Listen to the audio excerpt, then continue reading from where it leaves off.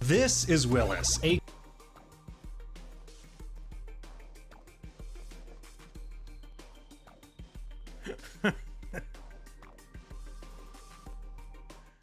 everybody. We'll be starting in a moment. I got so much stuff on my screen right now. Can I be heard? I don't even know. Let's see. Testing. Yes. All right. I got this. This has got to come up though, actually.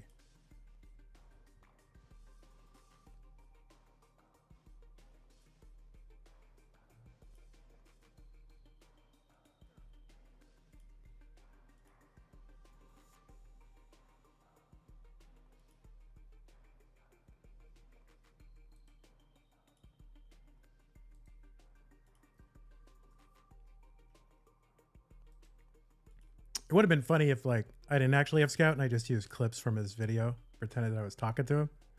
That would have been pretty good.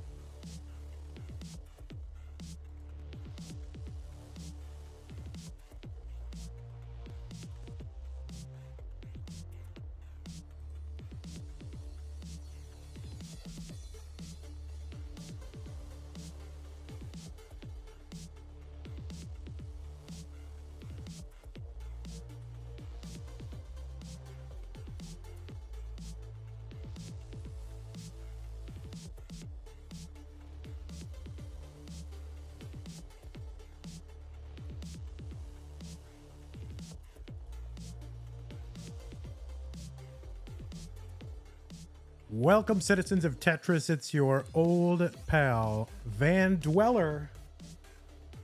I am your host of Classic Tetris Monthly. Just want to make sure I can be heard.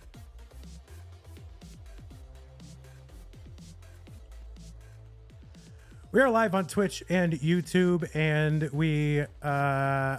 this is something I've been wanting to do for a while. Kind of a Tetris Friends is what we're calling it. I'm calling it, I guess. And it seemed like there was no better time than the present to kick this off, because the show Tetris Friends is, I don't know, how regular is it going to be? Not sure. But when needed, we will have the show Tetris Friends to talk about Tetris trends. And I know I got to fix that. That's pretty lame. But, you know, I might keep it just because it's lame. So anyway, the big news, I think if you're connected to the Tetris world, and let me get rid of this music. There you go. Quite artlessly getting rid of the music. And yeah, the big news, of course, as you know, is bluescuti. Let me bring this up. Boom, there's your old pal Vandy. Yeah, so the big news, bluescuti Willis Gibson.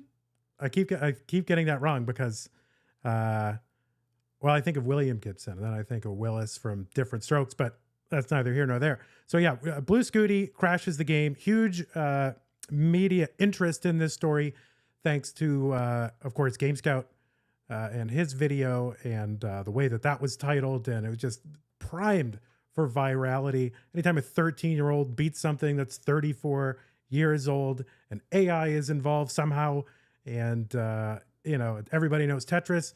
This story was primed to go viral,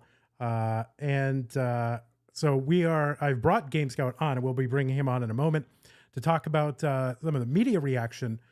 And the other unfortunate part, which I really want to call attention to, is the fact that bluescuti is currently banned on Twitch. And when I bring in Scout, we will talk about that. Now, I want to apologize because this is all very impromptu. So this is going to be jank, but would it be Classic Tetris Monthly, anything without some element of jank? No, it would not. So let me go ahead and bring in Scout. Scout, I'm going to call you, and hopefully Scout will be here. And we'll see if Scout is here and can hear me. Hello. Hello. Are we live? All right, I do hear you. Now, here's a question for you. First of all, here, say some words, Scout. Testing. All right, you sound you sound pretty audible? Good. Yeah, we are audible. Now, Scout, did you have any interest in going on cam? If not, that's okay too, but you can go audio, whatever you want to do is fine. Yeah. I think it's better for the stream when we're all on cam, right? Yeah, great. So we're gonna bring Scout onto our beautiful camera. And that means I should also share my screen to you. All right, there's Scout. So I got to figure out how to. We're gonna get this working. So let's see. We'll go over here. We're gonna bring in Scout. Oh my God, I see you. Oh my God. I'm a 46-year-old man. I can't be expected to know how to do any of this. Scout. All right, there we are. It is GameScout, and you are on there, and presumably everybody can hear Scout and can hear me and see Scout. Is that just confirmed because I'm an old man? Okay. Yes. I think we are seeing it. GameScout, thanks. Awesome. Yeah, thanks for coming on. It's been a crazy last few days in the Tetris scene and outside of the Tetris scene. I think obviously Scooty is the one who kicked it off, but in that obviously wouldn't have any of this without him. But of course, I think the big sort of inflection point here was your video, which did a great job of both just explaining the significance of this event, and I think the virality due to maybe the title and the framing of that, and I know there's a kind of a story around that maybe not everyone is kind of privy to. So maybe you want to explain from your perspective how the last few days have gone and the reaction to your video and then this story. Yeah, sure. So the only emotion I have to describe what I'm feeling right now is surreal. Like, this does not feel real. It's like the feeling of winning the lottery or anything like that. Like, we never expected this for the scene. It's just a dream come true in a lot of ways.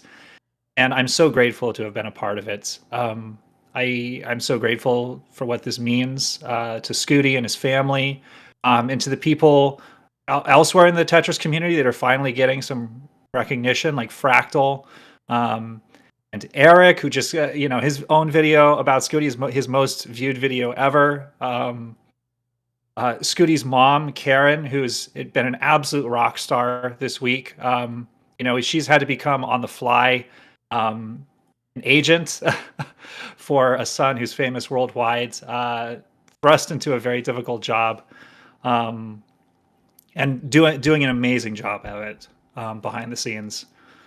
But yeah, so the video, oh my gosh, I mean, this was an amazing story, and it's funny.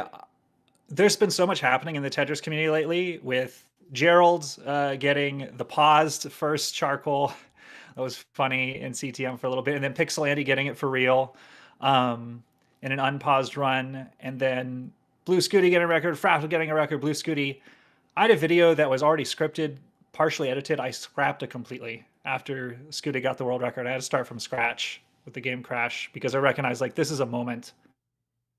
This is what I got to talk about. I felt like everything I had learned in the scene was sort of leading up to this moment of being able to know the context. It was like speed running all the last years that I've been in the scene, from Jonas versus Joseph. It's just all going bam, bam, bam.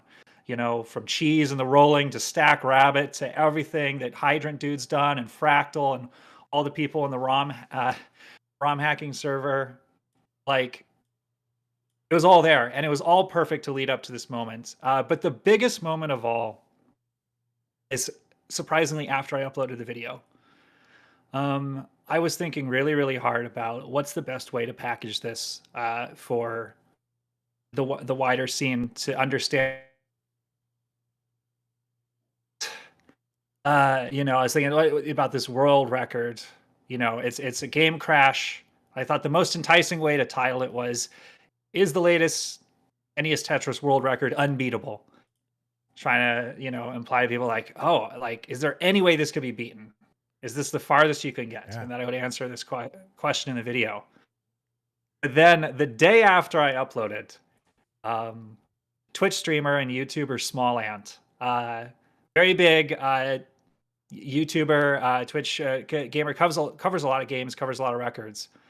He was live streaming on Twitch, and he said, "Hey, so, well, I maybe this is too much backseating, but there's this video I want to talk about Tetris. I was gonna make a video about this, but then this guy, aGameScout, basically made the video already, so I don't need to make it anymore. But there's a much better title for this video.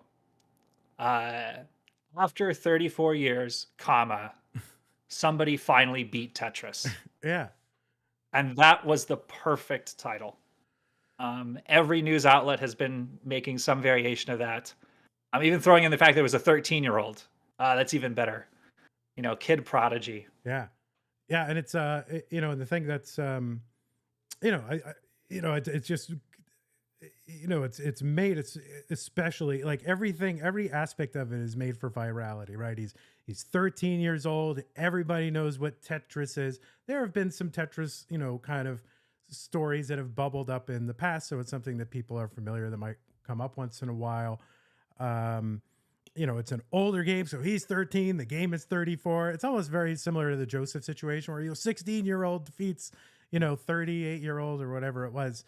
But then, of course, beating Tetris. And then the part that got into it, which I think is very much of the moment, is, only AI could do this. And of course, AI is in the news. So it really just every single like part of this is just set up and primed for virality. So who is that again that came up with that title? What was the name of that creator? Small Ant. Small Ant, that's right. And Wingfryer, I see he's in the chat. He actually clipped it the moment that Small Ant suggested it. That one moment by Small Ant like it feels like it changed the whole course of the scene. Yeah. If you can find one moment that just changed everything, it's insane. Yeah, and it just goes to show you that, like, that, you know, YouTube and you know, creating virality and things like that. It's like it's definitely more of an art than a science. Like, you know, in retrospect, clearly, yes, after 34 years, someone finally beat Tetris and he's 13 is like the best headline. But how do you know that in advance? You just have to have that experience. And of course, Small Ant, huge creator, tons of success, and just able to hone in right on it, right? There's no book that can teach you that. Yes, exactly. It's experience in the scene, in the online space, knowing what, you know, the best way to tell somebody instantly why this is compelling. Yeah. And the best part is it's not clickbait. It's true. You know, it's totally true. NES Tetris has never been crashed before like this. Mm-hmm. Yeah, I mean, there are some elements of the story which, you know, and again, I forget the name of that effect, which is like when you have deep expertise on a topic and see it covered in the news, you always say, oh, you can pick out 58 things which are wrong. But then, of course, you go back to just reading the news as though everything is straightforward and reported 100% accurately. Meanwhile, every single topic and every single aspect, this is happening to every single news story that we ever read, ever, right? So that part is interesting as well. And by the way, I also wanted to, invite, our audience, if they have any questions or just call outs or spicy opinions or anything that they want to speak to or whatever, definitely comment in chat. There's a lot of comments. I don't know if I'm 100% going to be able to keep up with everything if you highlight your comments, but then again, everyone will highlight their comment because this is the Tetris scene. So really only highlight it if you've got a very spicy, salient opinion. Don't distract me because you know how I get. And I guess you could do, I think there are like super chats in YouTube. If you want to really make sure that I see it, you can do it there. You don't have to, but it would help. And then if I think there's an equivalent in Twitch now, which I don't really know how that goes. So there's also another unfortunate part of this story. I mean, besides, the things that came out that I didn't even know about Scooty and his personal life and his father. I mean, that was just that was like heartbreaking to even, I didn't know any of that. I don't know how many you did before that came out, for sure. So definitely getting to know Scooty and his situation, and you realize, people in the community that you think, oh, they're just, this is the meme kid, this is the 13-year-old kid, or this is the toxic guy, or this is the wholesome guy. That, different people, they just have this kind of almost flat kind of personality, but you realize like everybody is like a full person, and you have no idea what is kind of behind these people. So that's what makes me proud to be part of the classic Tetris community, is that in general, people are wholesome, people are good. It's not super toxic. And so, you can feel good about being a part of it. And, so generally, him and his situation and everything that's going on is just respected, and just feels right the way our community handles this kind of thing. Yeah, absolutely. So that, that's sort of within the story. And then there's sort of another story that's part of this. And also I do want to go and, if you have time, or even if you have to go or whatever, we can bring someone else in here. Why not? But I want to react to some of the stories and just kind of take a look at some of them. But the other aspect of this, which I really want to drive home, and I hope people, I don't know what I want them to do. I want them to, kind of, you see a story about it, if you can comment, whatever audience you have, or anybody has, I want them to sort of get the word out. If they see something, retweet it or otherwise reshare it. Currently, bluescuti is banned on Twitch. Yeah. So I know, and this isn't just like, oh, he can't stream, or oh, he'll have to make up another account. They've, he and his mom have gone through heck to do this. And, one of the consequences of this, of course, everything goes through your Twitch account. Like if you want to play in the online scene, you need a Twitch account. Currently, bluescuti cannot play in any competitive event right now that's on Twitch. It's possible that this could affect, I think it does, his Matcherino payouts for previous tournament placements as well. That was all tied to a Twitch account. And so Karen, Scooty's mom, has been fighting with Matcherino to try to, unlock that money, and fighting with Twitch to try to get him unbanned. Now, my understanding, what is your understanding of right now as to sort of where that all stands? How did we get to the point that his account was banned, and where does it stand now? Yeah, I'm not 100% expert on Twitch and YouTube's policies, because we've been dealing with a little bit of the same thing on YouTube. Not as bad. They're not taking his videos down, but they are disabling comments, and that does hurt, the ability for people to interact and give him recognition, and for it to have a wider reach. But yeah, Twitch, the best I can understand is they think somebody thought he was 12 or younger, because he looks so young, and so they just straight up did an IP ban on his account. So his mom's new account, it got banned. It's so unfortunate, because he wants to stream, and Twitch was his home for streaming. We've seen many Tetris legends in the scene right now: Fractal, Dog, Andy. They've been going for game crashes. They've been streaming, and Scooty hasn't been able to do it. It's so unfortunate. I'm glad he at least has a PayPal link up in the description of his world record video. So if anybody wants to send him a few dollars, be able to help support him to come out to live events in the future, That's the one way you can do it right now. You can't give him Twitch subs or anything. It's very frustrating, but there's that one link for now at least. Yeah, Varchild on Twitch chat said Scooty has a CTL semifinal this Sunday. So this isn't just like some rando that is being, blocked off of Twitch. Not, listen, I guess that, I don't want to say rando, but a lot of you guys in Twitch chat right now are, basically randos. This kid is not. This kid is the world record holder. He's the first person to ever, achieve something that has never been achieved. He's a top 4 finisher in CTWC. A real torchbearer for the younger generation in Tetris. And I mean, am I allowed to, I don't know if it's been released yet, but he did pretty well in Classic Tetris Monthly Masters event this past month as well. And so he is, this is a kid that's on the rise, and all of a sudden now he's completely stymied. Now, some people are saying, oh, he can stream on his mom's account, but I understand even that is questionable, right? Like, that we'll see how long that lasts. Yeah, I mean, the other thing is like it's coming at the worst time, not just because he is, blowing up right now, but because of everything else him and his family have to do. Among him just doing regular life stuff, like going to school, participating in his bowling club and events, and practicing his instruments for school band and stuff.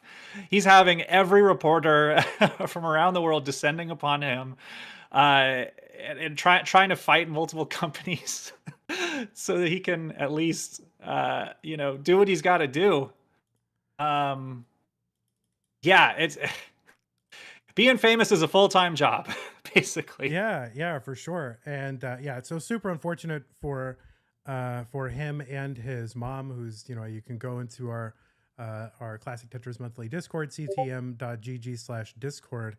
And I think in the general chat is kind of where she's hanging out, and you can see, a lot of the frustrations that she's having to deal with. It was all being thrust upon her, right? It's not something that she really even knew anything about.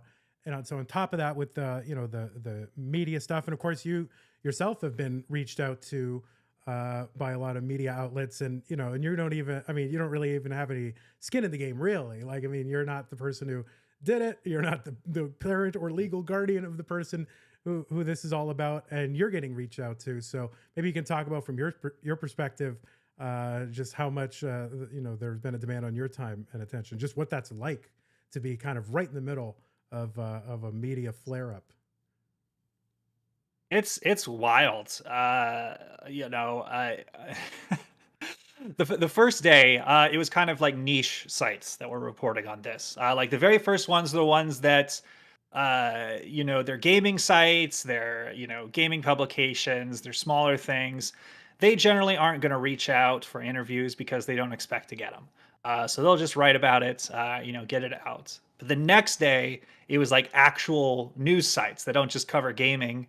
They're like the local newspaper, or they want this is a story, they want to make it. This is after Small Ant suggested that golden title, and all the journalists saw, hey, this is a good headline. And so, I thought things had peaked when I was reached out to by the New York Times. I was like, oh my gosh, the New York Times. Yeah. And I had no idea. And not all I did was only the beginning. Yeah. And let me share can I share my screen to you? And that way we can be reacting to the same thing here. So share my screen. Yeah, so that, that is not what we wanted to happen. We just blotted you out. Hold on. Maybe you can't say it, but you know the New York Times. So yeah, this is we're showing on screen right now. If you look on the stream, you can see it delayed a little bit, but we're showing that on now. It is a big deal. I mean, although this isn't the first time that Classic Tetris has made it into the New York Times. I think the Joseph story did make it in. I think Dog and Andy made it into the New York Times as well. And how are these major, as far as you can tell, how, I don't know when they're reaching out to you, what they're saying. Do they just come out to you and say, hey, we heard about this Tetris thing and you made a video and that's it? Or do they say, hey, we found out through da-da-da? Like, what do they say? Like, how do they approach you? Yeah, I mean, they contact me any way they can through social media. they send me emails through the thing I have on the email I have on my YouTube channel. That's kind of the most public way that people have to find me and contact me. For bluescuti and his mom, since they don't have quite as much of us, his mom is the one they typically try to go through social media presence. Her Facebook has just been blasted. Yeah. Like all of her posts are just filled with comments below it of like, "Hi, I'm this reporter from ABC News and this and that, and please respond to our message."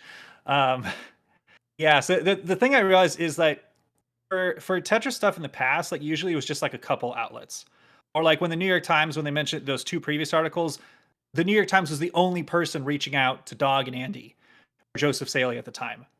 It's a totally different vibe when every big news organization is reaching out to you.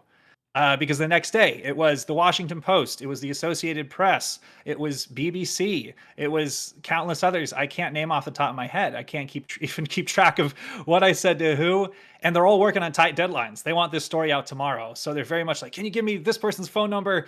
Can you get me this reference? Can you fact check this?" So it's all there's a sense of urgency to all of it. The biggest thing, and I realized when King's been pointing this out in the Discord server, for anybody who ever may go through this in the future, the number one person it's most important to talk to is the Associated Press reporter.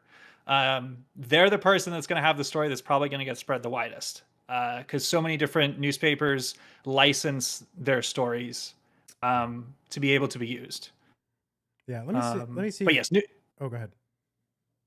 Yeah, New York Times is also huge as well. There we go.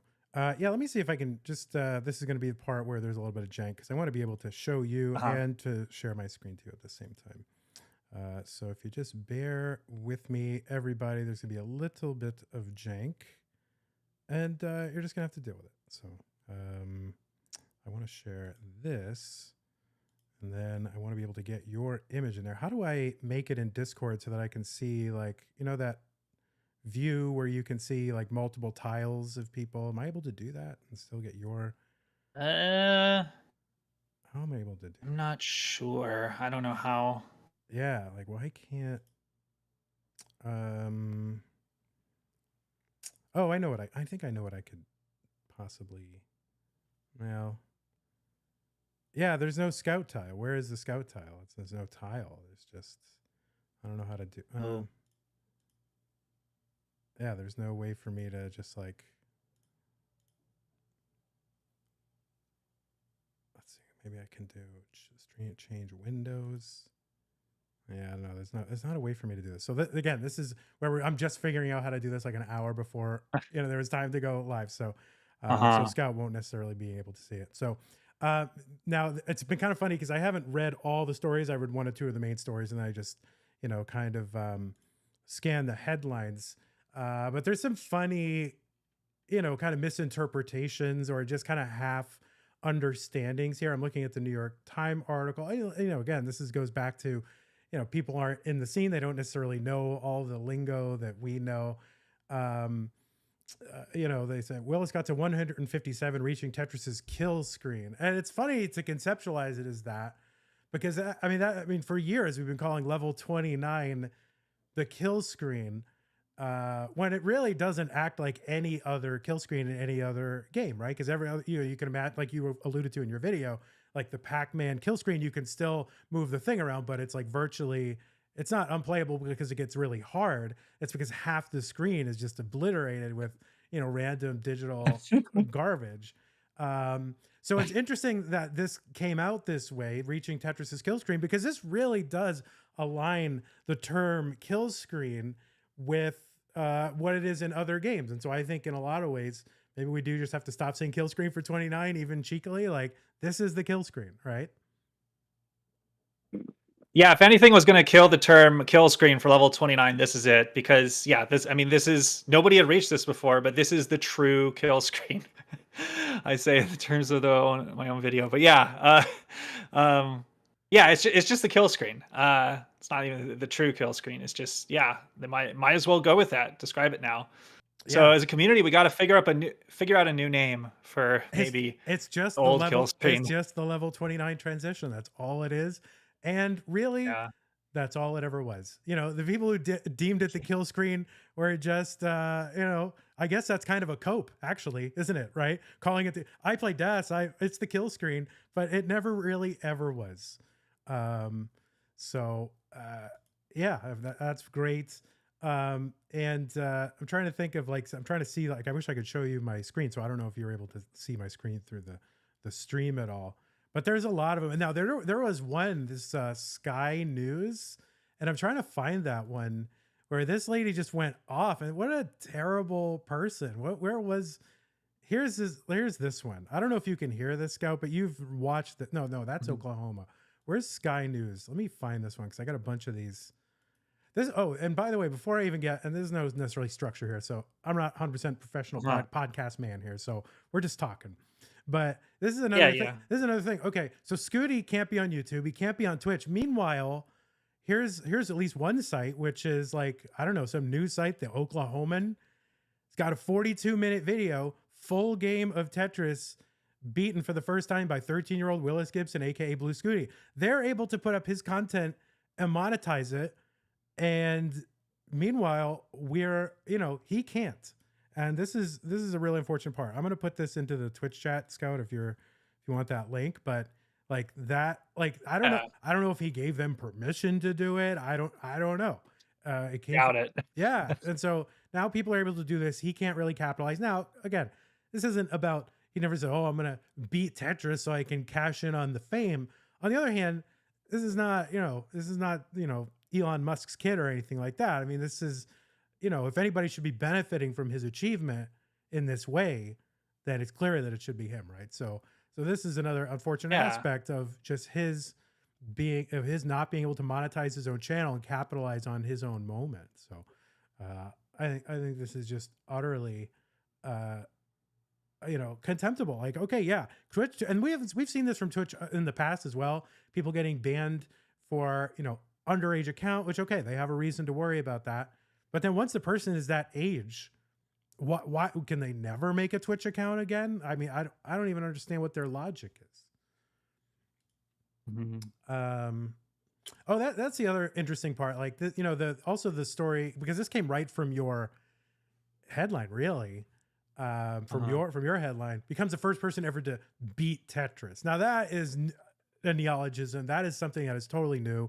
No one has ever said beat Tetris before. So, I mean, this comes from your framing, and it's just so interesting because that's like the virality of it. But this isn't really him beating Tetris in the sense of, oh, the programmers defined a completion criterion, and then you did it, and no one had ever done it at this moment. I mean, he just caused the memory to overload and then crash the game. So, but how are you going to put that in a title? So that's another interesting kind of thing that is made it into the public, kind of the mainstream stories about this beating Tetris.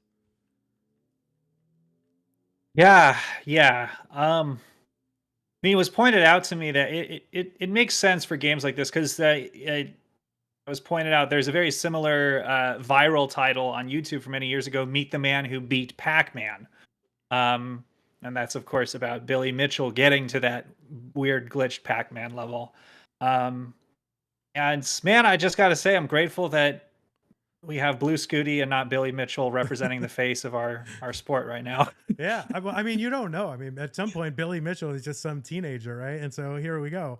Yeah. Maybe 30 years from now, he'll have a hot sauce company and he'll be embroiled in lawsuits with Carl Jobst and being deposed and all that. I hope not. But at some, I hope not either. Yeah, I doubt it. He seems like a good kid. So we will see. The other thing that's funny to me in all of these news stories, especially the ones that go in depth, is that they have to explain what Tetris is. And so I always think it's funny, like how they describe, even like Twitch's own description of what it's a tile matching game, where it's like, that doesn't make any sense.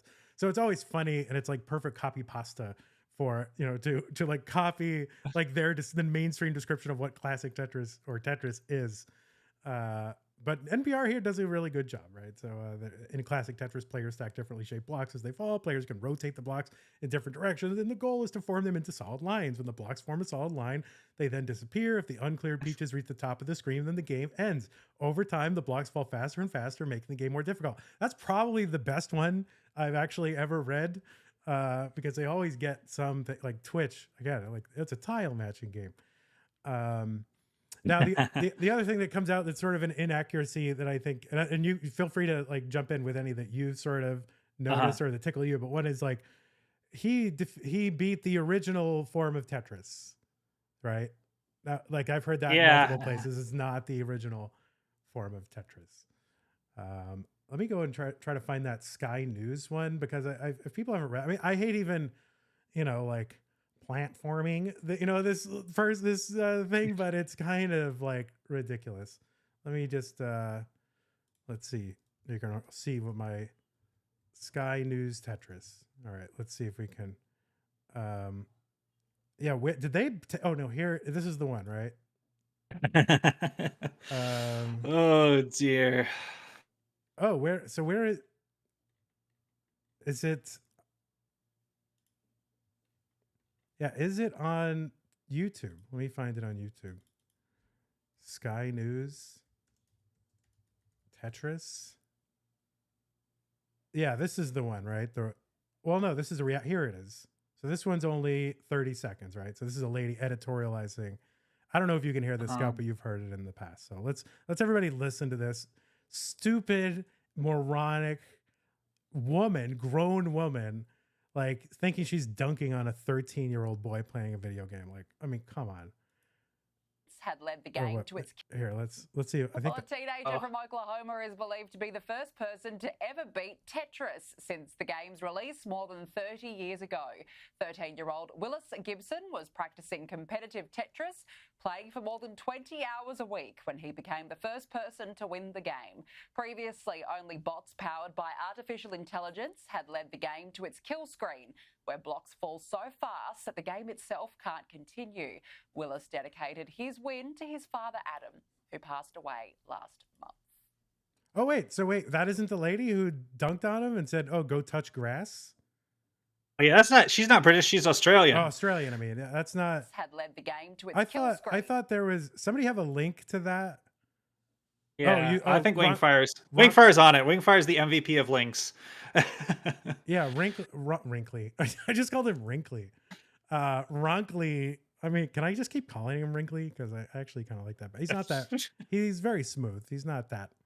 Yeah. Wrinkly. So, all right. So is this the one where somebody? All right.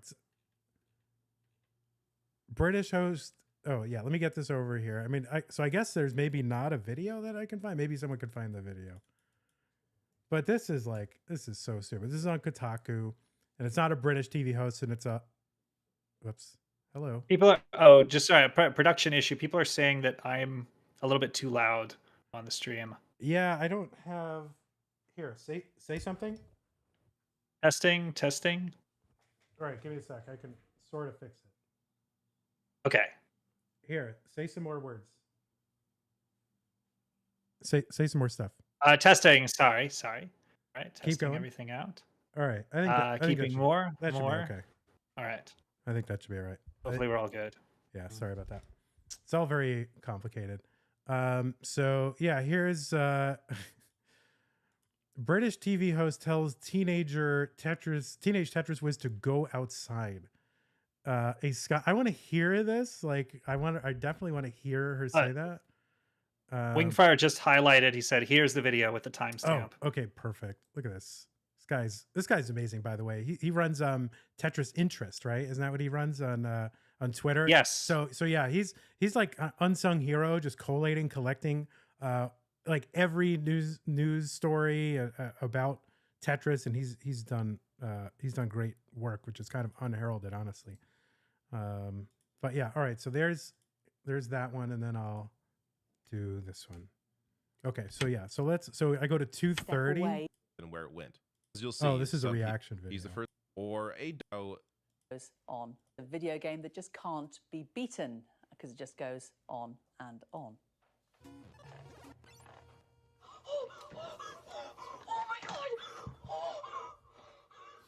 Well, 13-year-old American Willis Gibson has technically proven that wrong. He beat the original Nintendo version of the game by reaching such a high level that the coding froze. That left the program unable to generate any more falling blocks.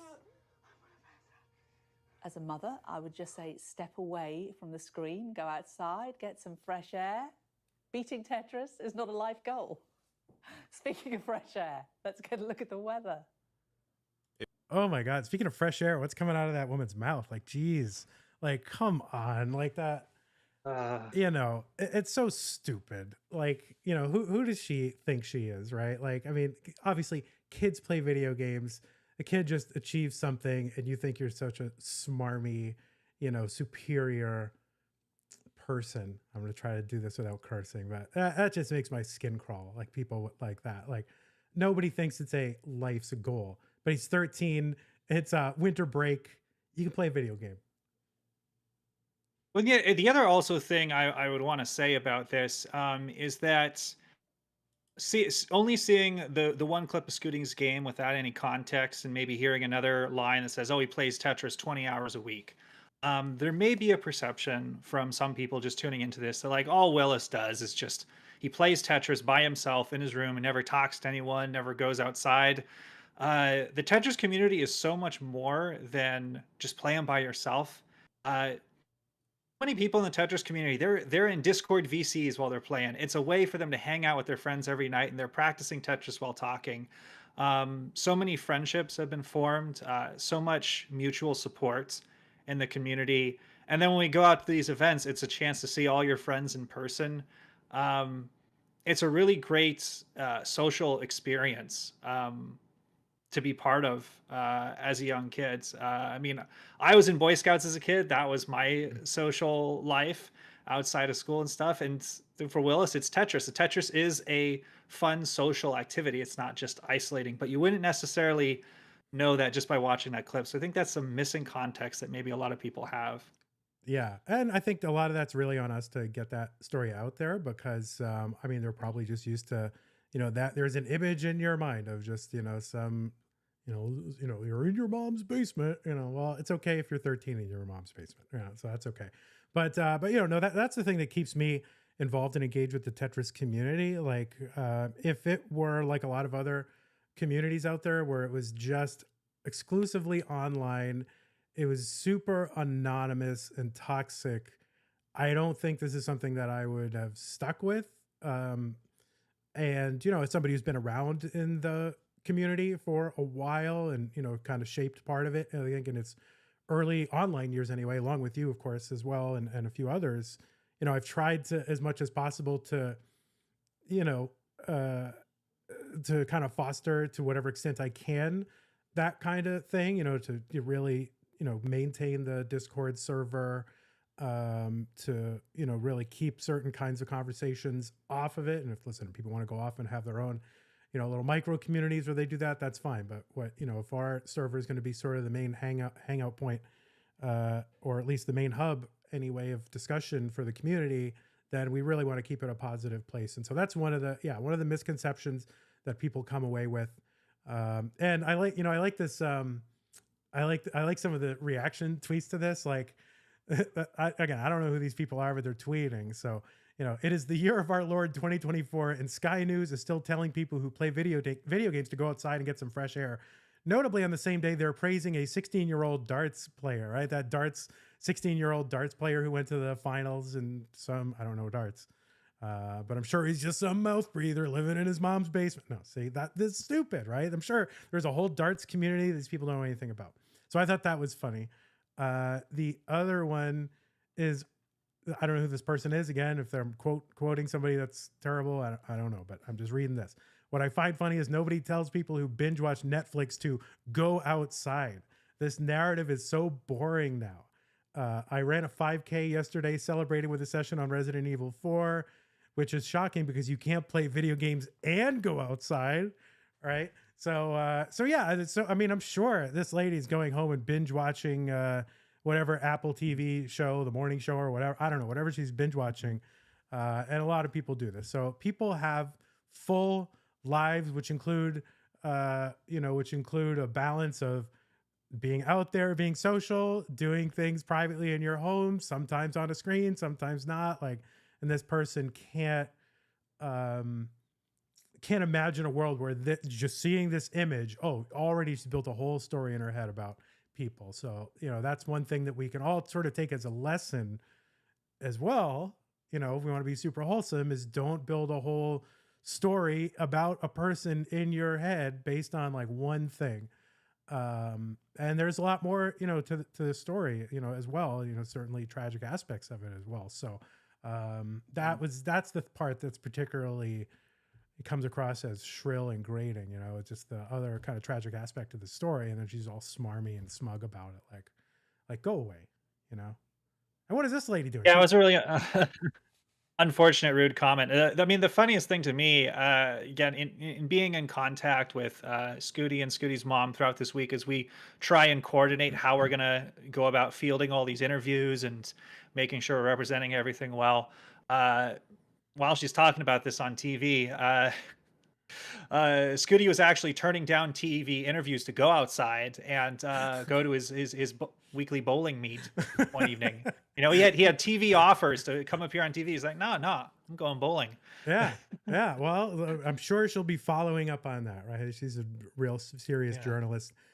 Trey Harrison in chat, of course, one of the former big three of the Classic Tetris World Championship, no longer, but certainly also just previous Tetris competitor, CTWC, and one of the kind of main principals for CTWC for some years, asking why did he get banned? Well, if you're just joining us, of course, you all know the story. Hopefully by now, bluescuti crashing NES Tetris. That's the one part of this. Of course, Fractal doing it a few days later, which is amazing. But also that bluescuti is currently banned on Twitch. He apparently made a Twitch account before he was age 13. So that account was banned. And, listen, that would be consistent with what Twitch has done in the past.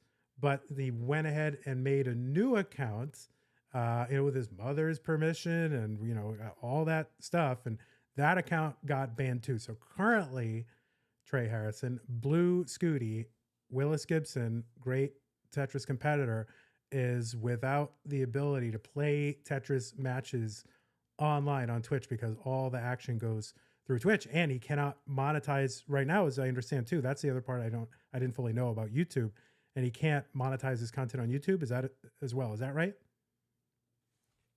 I'm not 100% sure, but as I think Pumpy was pointing out in the chat or somewhere, having your comments turned off, having your account marked is for whatever flagging they're doing. It definitely hurts him on the algorithm at a time when he should be getting, all the algorithm attention he's going to get. So it's definitely extremely unfortunate. Yeah, for sure. So yeah, that is one thing I just as sort of the call to action here is any venue where, if you see this story, get on. If you care about this, I care about it a lot. He's a good kid. He's having a great moment, and all of a sudden his family, in addition to having what should be a celebratory time, maybe a little stressful because you're having to, kind of be a media handler and this target of kind of, media interest. They're also having to deal with these account issues, which seem to spread from Twitch to YouTube and Matcherino as well.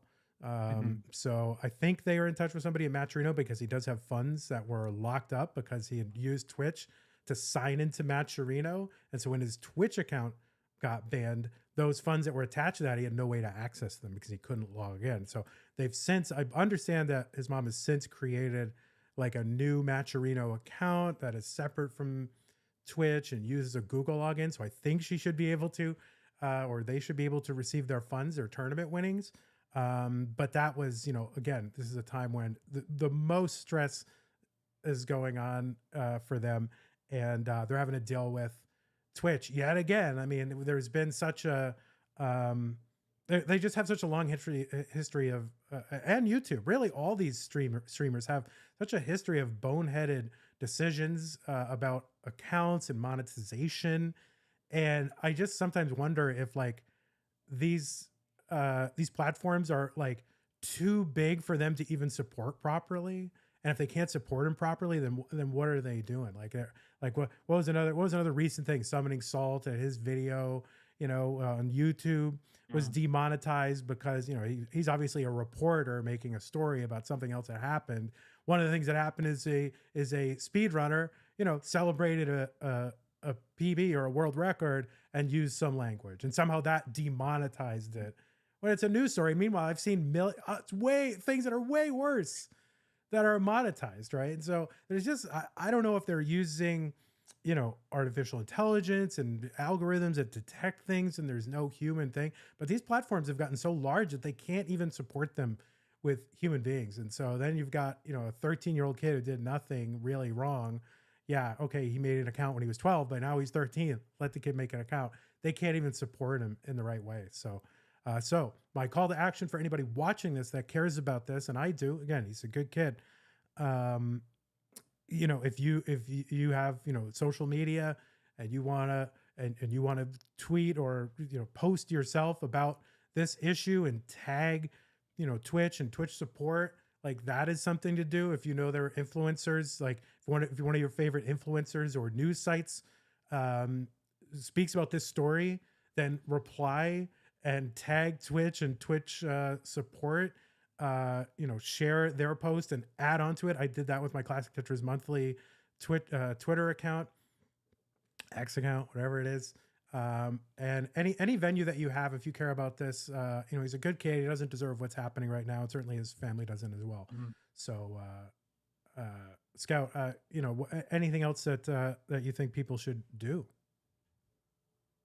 Yeah, I mean, the only thing I would have to add to that, I think you summed it up well, but I mean, it would be in Twitch's best interest to respond to this because, Twitch is where the classic Tetris scene has built its home. But in recent times, as Twitch just opened up their policies for allowing you to multi-stream to Twitch and YouTube, what we have found is that everybody's getting way more views on YouTube. Mm-hmm. So if Twitch is not going to support us, because this is not the first time this has happened, we dealt with some earlier struggles with one of the top players in the scene getting banned for a very long time earlier this year. Sidnev, yeah. So if we're going to deal with, people like Sidnev and bluescuti being banned and not being able to participate in these regular events, is Twitch even the right home for us anymore? Especially considering we're getting so much viewership on YouTube too. So it comes down to, does Twitch want to be the best home for something like this? Yeah. It's a potential for a great mutual partnership. We bring views on Twitch. Twitch supports us. There's lots of dollars in revenue that can be made with the Twitch subs and bits, but we can't have our star players being banned. Yeah, for sure. And let's face it. This no, I don't remember if Scooty was streaming on Twitch and YouTube. I think it was just Twitch, right? Like that he was streaming on. Like this record was set on Twitch, and wouldn't Twitch want to be known? Yes, like the place where amazing things happen, right? Where people are setting world records, people taking games to new heights, and this is the place where that is done. But I don't know. I think is it time for people to start rethinking where they kind of call their primary home? I mean, again, as you've said, we've seen this. Now pretty much, we're simul streaming, CTWC simul streaming. I mean, I think they were doing it first. I don't matter who's first, but Fractal was simul streaming. Like other people are simul streaming and finding that they're getting more views. The algorithm is treating them better on YouTube and Twitch. And what Twitch seems to really care the most about right now is like, to what extent you're undressed. Like that, it seems to be like their primary concern, right? If you're undressed, you do well on Twitch, right? If you're like being amazing at a game, how often do you really get surfaced to the front? Now, I think maybe Fractal might have gotten surfaced, but how often do these amazing gaming tournaments that are all over the place get surfaced to the front page? Like it's pretty rare. And I'm always inundated with a certain kind of content when I first log into Twitch. Now, maybe it knows something about my predilections and interests. I don't think I have predilections and interests in that direction, but whenever I go into Twitch, that is what I am confronted with. That's what it wants me to click on.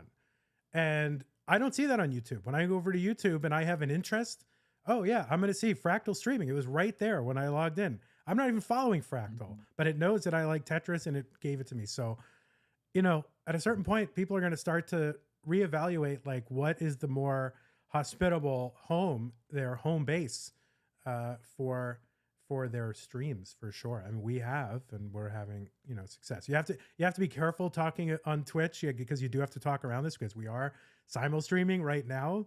So you have to be careful not to, you know, to just say things the right way, because even that can be a violation of your partner agreement, even though it's a, you know, it's if you say, you know, if you for example, if you say, hey, go over to this one rather than this one, then even that is a violation of your partner agreement since they started simul streaming. So you gotta be super careful. But yeah, I don't know. I think people are going to start to rethink what they call their primary home base, because YouTube has been amazing. Yeah. And then that's why I just want to end this with, like, you know, not just bashing a platform, but just extending an olive branch. So like we want to make this work with us, you know. That's why we want a mutually beneficial partnership. And yeah, just, you know, please let's resolve this. You know, that's all we want. Yeah, Twitch has been really the home for Classic Tetris Monthly ever since it started in 2017.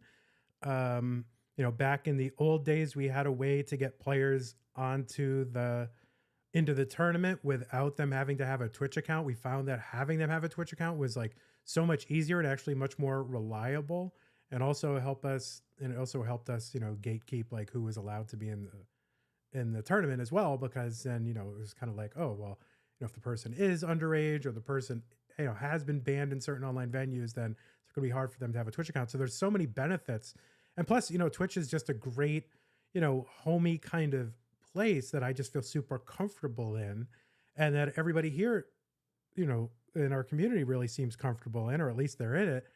And, you know, I just, you know, so resistant to streaming on other platforms just because I felt so much at home.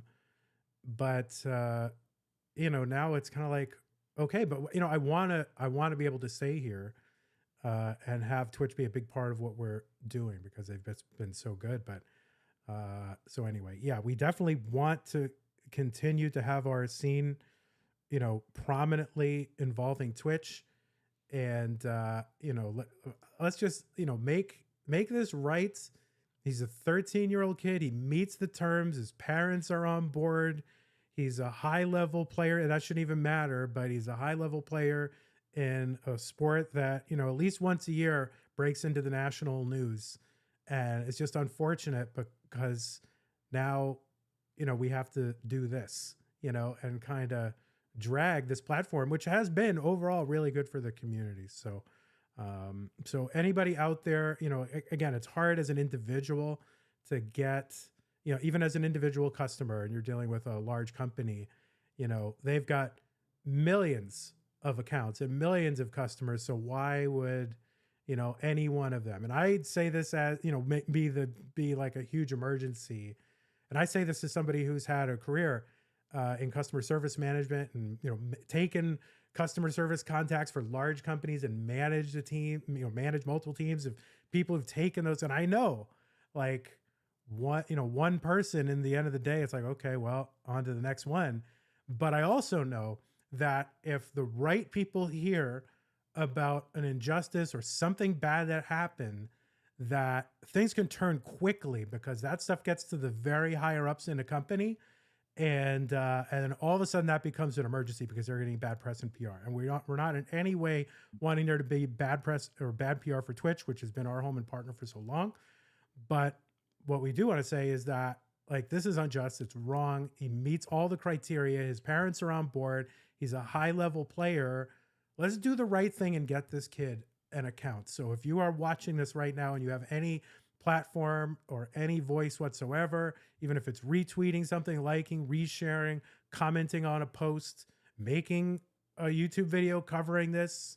You know, let's just do what we can as a community to get this resolved. You know, especially during this time, which could reflect on Twitch again, who we love so much, so poorly, right? All right, Scout. Well, I was gonna say, is there anything you want to promote? But I think certainly one of the things you want to promote is your YouTube channel. Your most recent video, this is the one, if you want to hear yourself. I mean, AKA bluescuti, setting a new world record for the longest game of NES Tetris by getting the first ever level 150. And this is an amazing video. I mean, it's really in, like, you know, if you're a fan of GameScout and just the way that he so accessibly presents the Tetris community and makes it digestible and comprehensible to people who are outside of the scene right now. You're actually, maybe this is one last thing. I know you want to go because, you know, you got a lot of things to do, but can we just talk about the virality of this video itself? Like, I remember seeing, like, when it first came out, it had, like, you know, a couple hundred views. Right now we're at 3.6 million, 3.7 almost million views. So where does this stand in terms of, like, your most viewed video, your most quickly trending video? Like, I know you keep track of all those stats and stuff. How does this video rank, and what's been the response?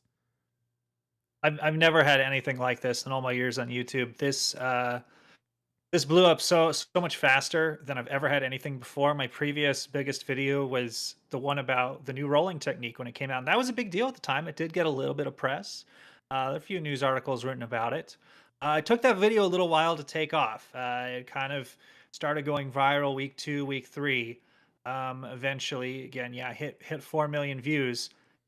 This is going to pass 4 million views like tomorrow, and it hasn't even been out a week.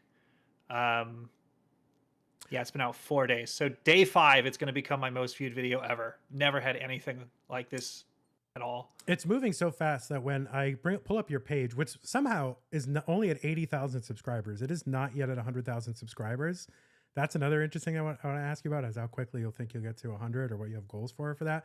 But this video is moving so quickly that when you go to your page and then videos and popular, like, it's been always very good at listing the videos in order of views.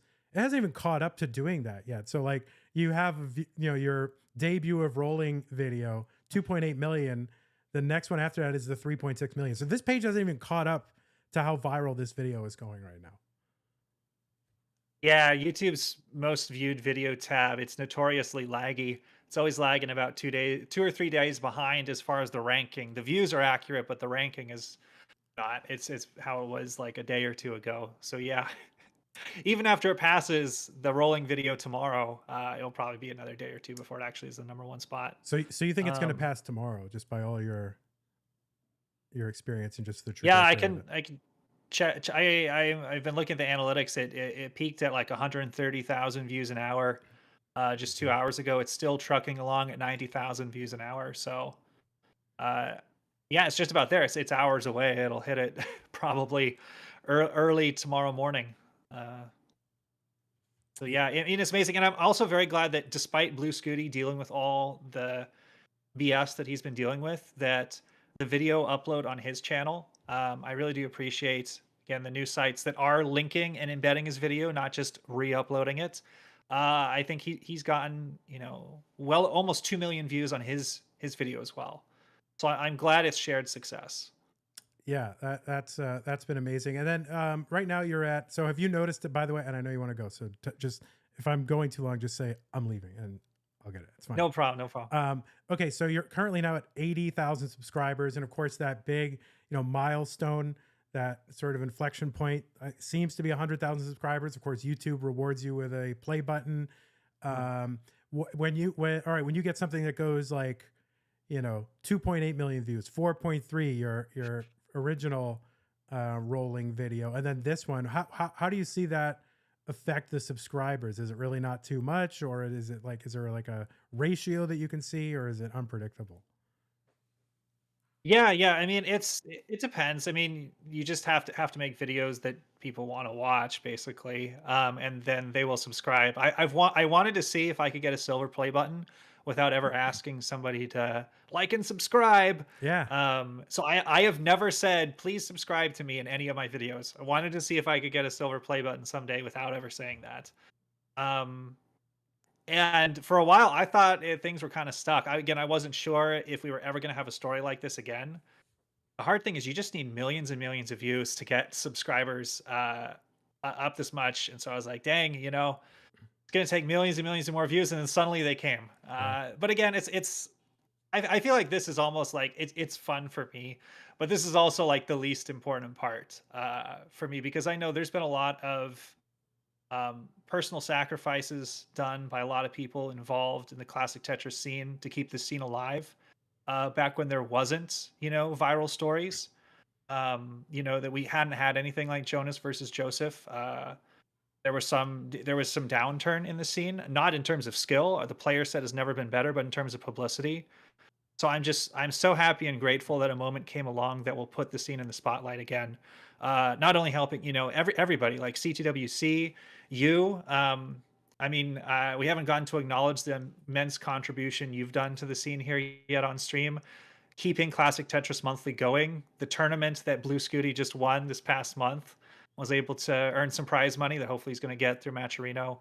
And also, just giving us all a reason to be here. And you're doing this full time now. You went all in on Tetris. Yeah, and it came at the perfect time. Oh yeah, it was the dumbest thing I've ever done, but it was fine. I put aside enough so that I could do it, and it doesn't even have to be profitable because I put aside enough that I can sort of live for a while. But it would be nice if I didn't have to continue to subsidize it. So I will say, please like, share, and subscribe, and anything else that you can do, so I can stop subsidizing Classic Tetris Monthly out of my pocket. So yeah, thanks for that. I really do appreciate that, everybody. And all the same goes to Scout. Yeah, I mean, Scout has been a great driver of interest and new people coming into the scene. And I guess what is it? Do you have this? You have a top? I guess a topper for this. You have another video that you're planning, to sort of be a second, like a fast follow for this one to bring, you've got this and people might be looking for more. Yeah, so much is happening. It's been really cool to see that Fractal and Pixel Andy and Dog and everybody else are all starting to grind for the game crash, and then eventually start thinking about how to get to level 255. There's so much research going on in the ROM hacking section of the Classic Tetris Monthly Discord server. Like everybody. This was something that not even most of us in the community knew about 2 weeks ago. It was literally just the guys in the ROM hacking section of the server figuring all this stuff out. They spent so many hours figuring all this stuff out, and it's what's made this accomplishment possible. It's what's also making future accomplishments and future goals to get to possible. So it's just a very exciting time. I'm going to try to put together something that's covering everything that's happened this week, because it's been amazing. Thanks for having me on, Vandy. This was a blast getting to talk about all this with you. All right. Well, that is your subtle way of saying you want to go. All right. So so please check out GameScout. Go to youtube.com/aGameScout. And Scout, thank you so much. And hopefully, if we do, and when we do Tetris Friends again, I don't know the schedule for this, but hopefully you'll come on again. Absolutely. Thank you so much. All right. Take care and bye-bye. All right. Bye. Look at that. What a gentleman. So let me go ahead and disconnect from him, and there we go. So that was great to have Scout on there. I think we'll probably continue to have Tetris Friends, or let me move this over. Yeah, we'll continue to have Tetris Friends. I'm not sure if it'll be an occasional thing or if it'll be regular, but the idea is to have multiple people come on. I think we'll probably do it again, maybe even this week, bring someone else on. I got time during the day to do stuff, so I think we'll try to bring people on, talk about stuff live, and definitely the focus is on kind of the news of the day, like what is happening now. Something just happened, let's talk about it. and we'll gather together here on Tetris Friends, which is, you know, the cheeky name for that. Is that still a version of Tetris you can play? I don't know. I thought it was fun anyway. And then of course there's Tetris Friendlies, which this is not to be confused with. But anyway, so I guess, I mean, what I wanted to do is like react to a few of these videos, and I'm happy to stay on. If some of y'all haven't seen some of these videos, I'm happy to like play some of them and kind of take a look at them with you, or I can just get offline, whatever you guys want to do, you guys. But you know, it wasn't just a GameScout interview, but we can definitely take a look at some of the videos and react to them if you want to. And if you have sort of you know, anything spicy you want to talk about, then we can talk about it. And by the way, thanks so much to K9 Watching Tetris for the 3, 2, 1 countdowns bits, saying go GameScout go. Thanks to Stanislav for the 69 bits. K9 Watching Tetris gifted 6 months of tier 1 to GameScout. Thank you so much. Stars cheered 200 bits, saying big that it's even the headlines here in Sweden's major newspapers. Shinobi 100 bits says this is how Twitch's super chat equivalent looks. Vandy bam hearts. All right, yeah, I never saw that before, but that's good. Classic Tetris League rated earlier with 36 viewers. Cobra with the 15 bits, appreciate it. Abby Normal with the tier 1 resub, and Small Jordan with the prime resub. Ninja of Ninjas with the sub as well, saying seriously, bluescuti got banned. Yes. So yeah, so I don't know. I think it would be fun to kind of take a look at some of these other ones, because I haven't seen all the videos at all, but it would be fun to sort of watch some of them. Now this is one, and it's to me it's just fun to see like how many, or like which, like what they get wrong and sort of inaccurate, because they're not in a position to know. So I don't know, I'll play a couple of these and just see, you know, what they're like. And yeah, if you have any links too, like you know, I'm happy to play some of your links as well. So I've got that one from Guffi here. Hopefully, don't troll me. But here, let's look at this one. This one is from the Today Show. Thanks, Valerie. Well, it took nearly 35 years, but a 13-year-old Oklahoma boy has become the first human to beat the original Tetris game. Check this out. His name's Willis Gibson. He was live streaming his record-setting 38-minute game. He reached an unheard of level 157 when the game could no longer keep up with him and crashed. Oh my God! The reaction is the best part. So the crash, or true kill screen, has only been achieved in the past and only been achieved with the use of artificial intelligence. Humans win. This is good. Yes. I answer that. Yes. Yes. Thank you, Willis. Hey, thanks for watching. Oh, you're welcome. But yeah, that's funny. That's one aspect of it. That's one aspect of it that I think is really funny, is the AI, right? So it's like, and it was true. It wasn't AI, it was a task. But then again, yeah, I think AI, like which AI did it? Do all the main AIs do it? Like the Stack Rabbit and all that. But yeah, I mean, Stack Rabbit did it, and that counts. And then, yeah, as an AI game, and then there was a task did it. Quad 8. There you go. So yeah, so that was actually pretty good. That was actually pretty accurate for being like short. And then I think Guffi gave me a link, so we'll take a look at that. You don't. No way. No, we missed it. What are you doing? We missed it. Wait, when is next one? Wait, there's different. There's more. Next one? I don't know what the next one is. There is no next one. There is next There one. is no next one. He has to line out until the brute force game clash now. No, because like it's gonna be like dying, and so it's gonna be like impossible for him to like get some rules up, because it's gonna be like laggy. Lapis. No. Wait, he got it!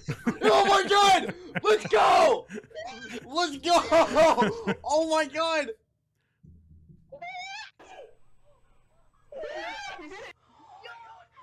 Let's go! I thought it was horrible. It was right.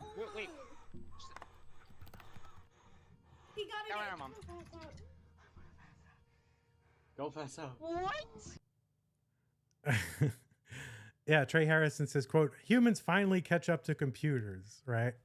Computers haven't even caught Among up to... all of the useless discussions that populate the internet lifting space. Get out of here. I've been watching lifting videos lately, so it's going to show me lifting videos because I'm lifting. Twitch says, yeah, humans finally catch up to computers, LOL. And of course, the computers haven't even caught up to humans in a lot of things. So Sandroko says, ask bluescuti to show his hands when he's playing, please. Yeah, I mean, we're not always in a position to have people show their hands, like at least in tournaments. Like I can't ask him when he's playing on his own, but in tournaments we would ask that people do that. But you know, generally speaking, I'm not worried about it. We prefer that, but we're not worried about it. So I don't know. I don't know if you mean when he's going for these attempts, but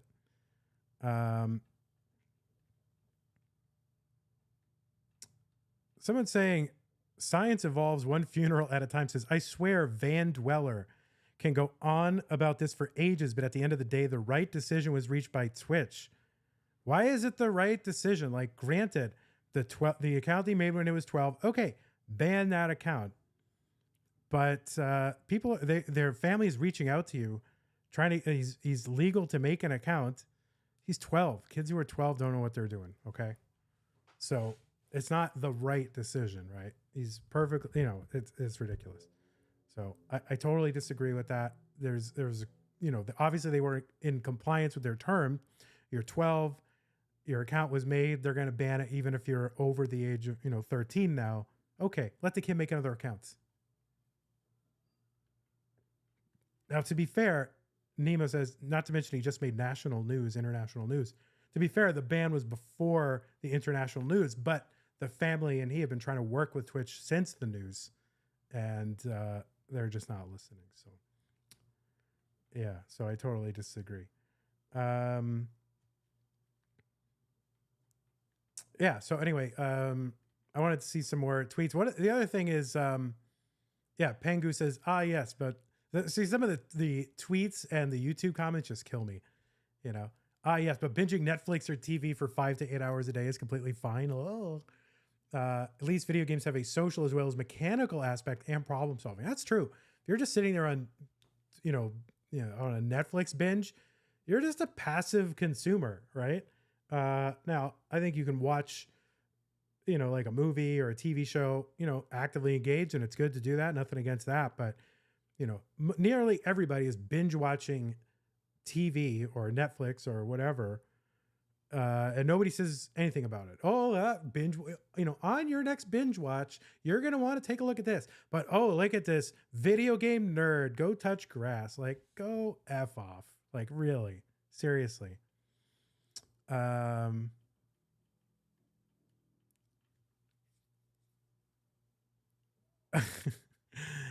Everyone has hobbies. It's such a thoughtless boomer comment. The laugh smirk is just so like, yeah, true, for sure. G's 007, thanks for the tier 1 sub. 24 months, 2 years. Thank you so much for the support. Yeah, I like that it's showing some of the comments here on the Kotaku article. Imagine being a mom like her saying that to her child who achieved something huge and epic in game history. Very supportive. Not. So stupid how some people think gaming is a waste of time, but watching TV show or doing a sport is acceptable and normal. Yeah, true. Anyway, we'll have to read that. Let's see there. Okay, so that was the GameScout one. This is his channel. This is the New York Times article. Yeah, that was the part that I learned as a result of this about just his father, and I did not know that part. And that part was just heartbreaking. I didn't know that. And especially where, in the, recently, in CTM, where he had, some kind of unfortunate, ends to his tournament run, in the previous months. And he seemed very frustrated by that. I have to imagine that these other life circumstances maybe are part of that. And so I think it behooves, not to lecture everybody, I guess that's part of my job is to lecture you all. But it kind of behooves us to remember when like people like rage quit or have a reaction, maybe to, you know, not to judge just based on that one or two incidents, because you have no idea what is happening in someone else's life. So, you know, give people a little bit of grace. So, yeah. So, you know, cheers to Scooty. Let's see. The original Nintendo interface Tetris features relentless arrays of shapes floating down a player's screen. Theoretically, the game can go on forever if player is good enough. The limit was thought to be level 29. Of course, we all know that's a cope. Tetris players have tested those boundaries. It actually links to a New Yorker article. And then is this the one that went the revolution in classic Tetris? Yeah. This one we've seen in the past in 2021. By the way, just tomorrow in other news and just on sort of a similar kind of topic, tomorrow is the 4 years anniversary of Jonas passing away. So, you know, that is a very sad thing. I just wanted to, in case people, I don't want to let that be forgotten. I think it's tomorrow, the 5th of January. So just keep Jonas's family and everything in your 3 years. Yeah, 3 years. Yeah, sorry, not 4 years, 3 years. Yeah, exactly. So, you know, it's good time to just reflect on people that, you know, maybe were in your life or no longer in your life. You know, I mean, it's been 3 years. It's been crazy. You know, God, what a day. I mean, I think it took a while to sort of come out. And, you know, I was able to hear about it pretty early, and it was pretty tough because they didn't want to announce it all that widely early on until the family had time to just sort of do what they needed to do. And so just having to sit there with that news was really tough, just from my part. So, but anyway, yeah, I just got notice of that. I just saw that just with, you know, Jonas's picture being there.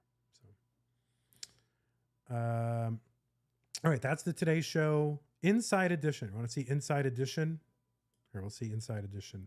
First time a human has beaten a computer at the vintage but still popular video game Humans win. Tetris. This whiz kid is about to achieve something no human ever has done before. They put the music Willis back in. Gibson is on level 157 of the classic video game Tetris when Tetris tosses in the towel. That's right. Willis played so well, he caused the game to crash. Oh my god! Since Tetris came out in the mid-1980s and until Willis came along, only artificial intelligence could outsmart the grueling game. Humans win! This is good! Willis's mom, Karen, says he's so obsessed with Tetris, they lug around a heavy old-fashioned TV so he can play the retro game. When we go visit family, we drag the big TV and everything else down there so he can. Is that actual footage of their big TV? That's a PVM. That can't be the real TV, right? That's just a random picture of a TV. But I didn't realize that he had a neon thing in the room that said bluescuti in the back. So that's pretty cool. So there you go. TV and everything else down there so he can practice while he's there and participate in tournaments. So an epic battle of kid versus machine with the kid coming out on top. Oh my god!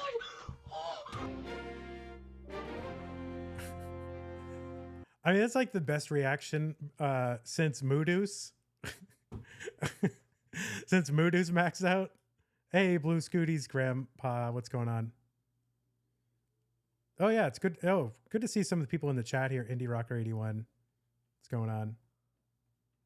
Let's see. What else we got? If you want to give me, CBC, you want to see the CBC? Here, let's see. Is that a video?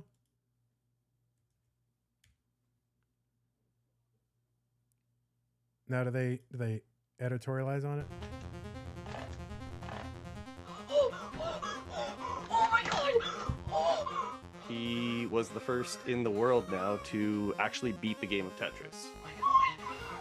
Wait, who's that guy? bluescuti beat the game of Tetris. Oh wait, that's Darth Dreads.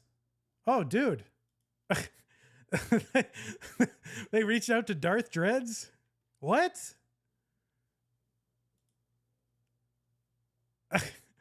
Wait, yeah, of course it's Darth Dreads. He's got the dreads and he's got all the vinyl. It's like, oh, that's the Canadian. We know one Canadian guy. No, that cat kit, that is Darth Dreads. He bought me a chicken sandwich. He's the first person ever to buy me a chicken sandwich at CTWC. He's old school. Like he was in CTM, like old school. That's amazing. Why does his dreads, do those look real right now? Are those like fake? Is he wearing like a dread wig right now? Because those are really thick. Like who has hair that thick? Like, man. But yeah, he was the first person ever to come up to me with a chicken sandwich at a live event. That was at CTWC 2019. Anyway, sorry. That's so funny. I just did not expect that. Beat the game of Tetris. Yes! bluescuti, that's his online name, who's an American Tetris player, and he's 13 years old. He essentially made it all the way to the point where the game just crashed. I'm gonna pass out. It was deemed like more or less impossible. Oh my god. At level 29, the speed doubles from 28 to 29, which makes it more challenging. Founder of Tetris Canada. Founder of Tetris Canada. Wow, it's this huge enterprise called Tetris Canada. I love that. Like you just see how, like, you know, obviously there's like 10 people that play Tetris in Canada, but if you're just like, the news will just say stuff as with the like imprimatur of authority. Oh, there's delay on the audio. I like Vandy's sounding jealous. No, I just think it's funny that, you know, founder, like you'll just see stuff on TV. And, oh, this is the founder of Americans for da da da, and it's like, oh, this is some big thing, and it's like, oh, Tetris Canada. No, Tetris Canada founder is not Martz. It was Darth Dreads, and they had a CTWC Canada. I think it was in like Thunder Bay, and it was held at a steakhouse. And it was at a steakhouse, and that was when Ella won it. When Ella was just like a tiny, like just as old as Scooty. So that was really funny. Billy Mack says, Canadians are everywhere. Yeah, true. Challenging to get pieces to the left and to the right. Computers could do it, but it just seemed like impossible for humans. But a new technique had been discovered in the last couple of years, which is coined as rolling. Instead of pressing the top of the button into the controller, they're actually holding the button down and tapping the back. It's just a wild. It's like getting to the final boss that nobody's ever been to, and then actually like beating them. So, you know, that's a huge milestone. He got it! Oh my god! Let's go! He's gonna go down in history for this, which is, you know, just exciting for the whole sport in general. I can't feel my fingers. I can't feel my hands. So it turns out there is a classic Tetris community, and our lineup editor, Julia, used to be a member of that. In fact, she says lining up a newscast is very much like playing Tetris, and fortunately, she has not yet won the game. What? So apparently there is a classic Tetris community, and our lineup editor, Julia, was part of it. Who is Julia? Julia, rise up. Who are you? We need to know who you are. Who is Julia?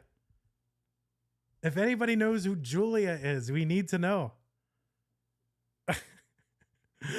Who is Julia? I gotta know. So funny. Twitch chat is just like, you know, engaged and very interested and just joking around. The YouTube chat is very, getting very uptight about this argument about being banned, about who should be banned, and he should have been banned, and don't be banned, and everyone can make their own rules, and he knew that he was.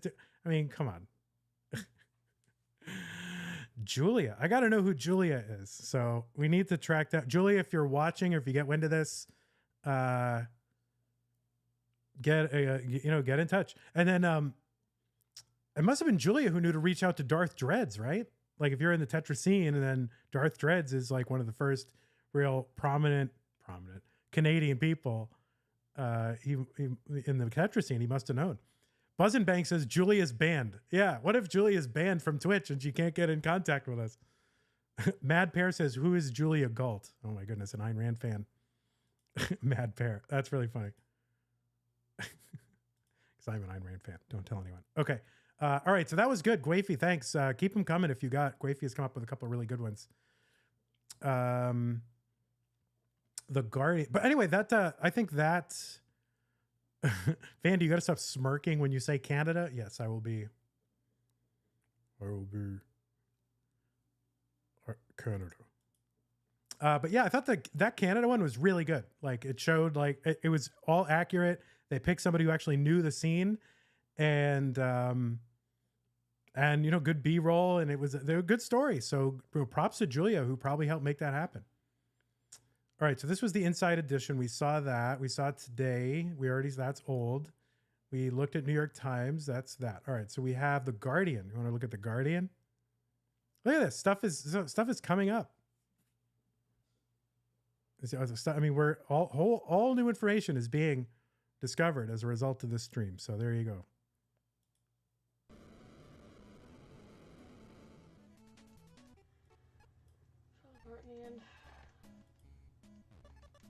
He is believed to be.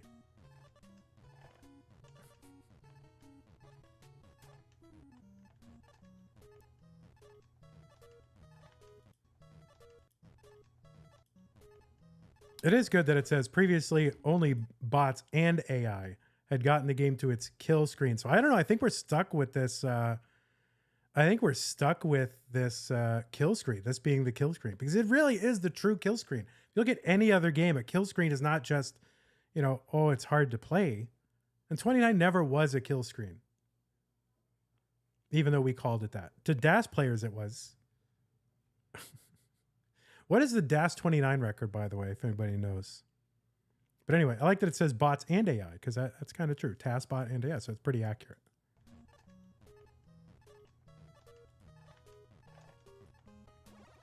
Please crash. Did he say please crash? Because he had missed the first opportunity to crash the game, right? And so he had to wait for another opportunity, and then the drama is that he started to pile up here. And then he had to try for another one of these opportunities. And he could have missed the opportunity right here. And that was the one, getting the single right there. So, yeah, he was like, please crash. That's amazing. Hey, YouTube Dave, what's up? YouTube Dave, coming over from YouTube. Oh my god! All right, we've seen this.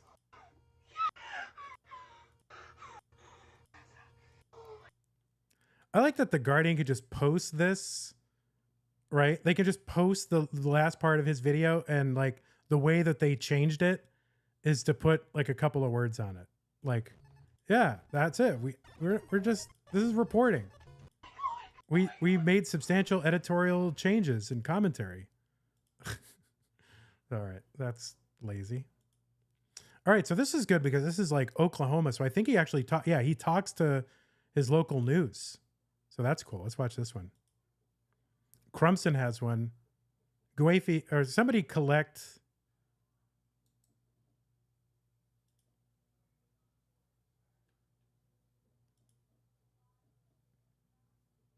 Channel 2 is based in Tulsa. But I mean, it's a statewide, maybe it's not local news, but. All right, let's watch this one. Just became a video game legend, doing something that no one else has managed. And he did it in a game that's been around since his parents were kids. 2 News Oklahoma Samson Tamajani talks with a Stillwater student about beating Tetris. Willis Gibson has broken Tetris. It's like a hobby and just a game I play. An understatement for the Stillwater Junior High student who recently became the first person to ever crash an original Nintendo. Oh, wait, where is he right now? Did he just go to their news thing and say, oh, can you bring your TV and your game and play for us? Is he like in the news, like in a meeting room at the news station? Yeah, where is he? Or is that just his room? Like he has a really good room? Oh my God. The first person to ever crash an original Nintendo Tetris game at level 100. Oh, Sonny Rath says, looks like it might be Stillwater City Hall. Yeah, it does. 57, with the total score maxed out at 999,999. The excitement, understandable for the 13-year-old conquering the unconquerable 1989 game in the middle of a live stream. Oh, they're like, oh, do you have any Tetris gear that you can wear? Oh, we should have get him a CTM shirt. God damn it. That's all right. And 3 years after discovering it, his mom, Karen, now regularly travels with him to competitive tournaments with cash prizes. I got 3rd place in the World Championships in October. I think that was 1,500. At first I was like, how interested is he going to be in this, and is he going to lose interest as soon as I get everything for it? And he just kept going. Willis says his account on the game streaming platform Twitch actually got disabled because it thought he was under the age of 13. He then posted the video on YouTube and has amassed 300,000 views just since Monday. It's surprised folks around Stillwater too. Just a kid achieved such a high goal that he reached, but I don't know, man. I think that's just awesome. They always go to a barber shop.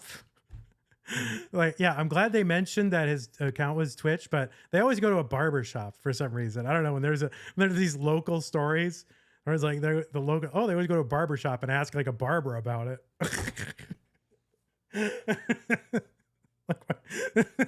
Because that's where, like, you know, like Joe Public goes, right? Just regular man on the street is at the barber shop.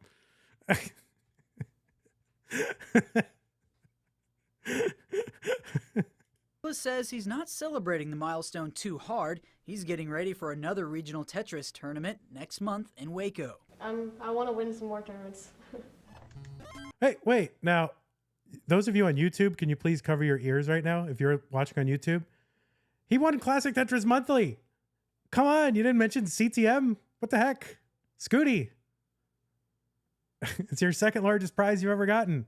Come on, you just won.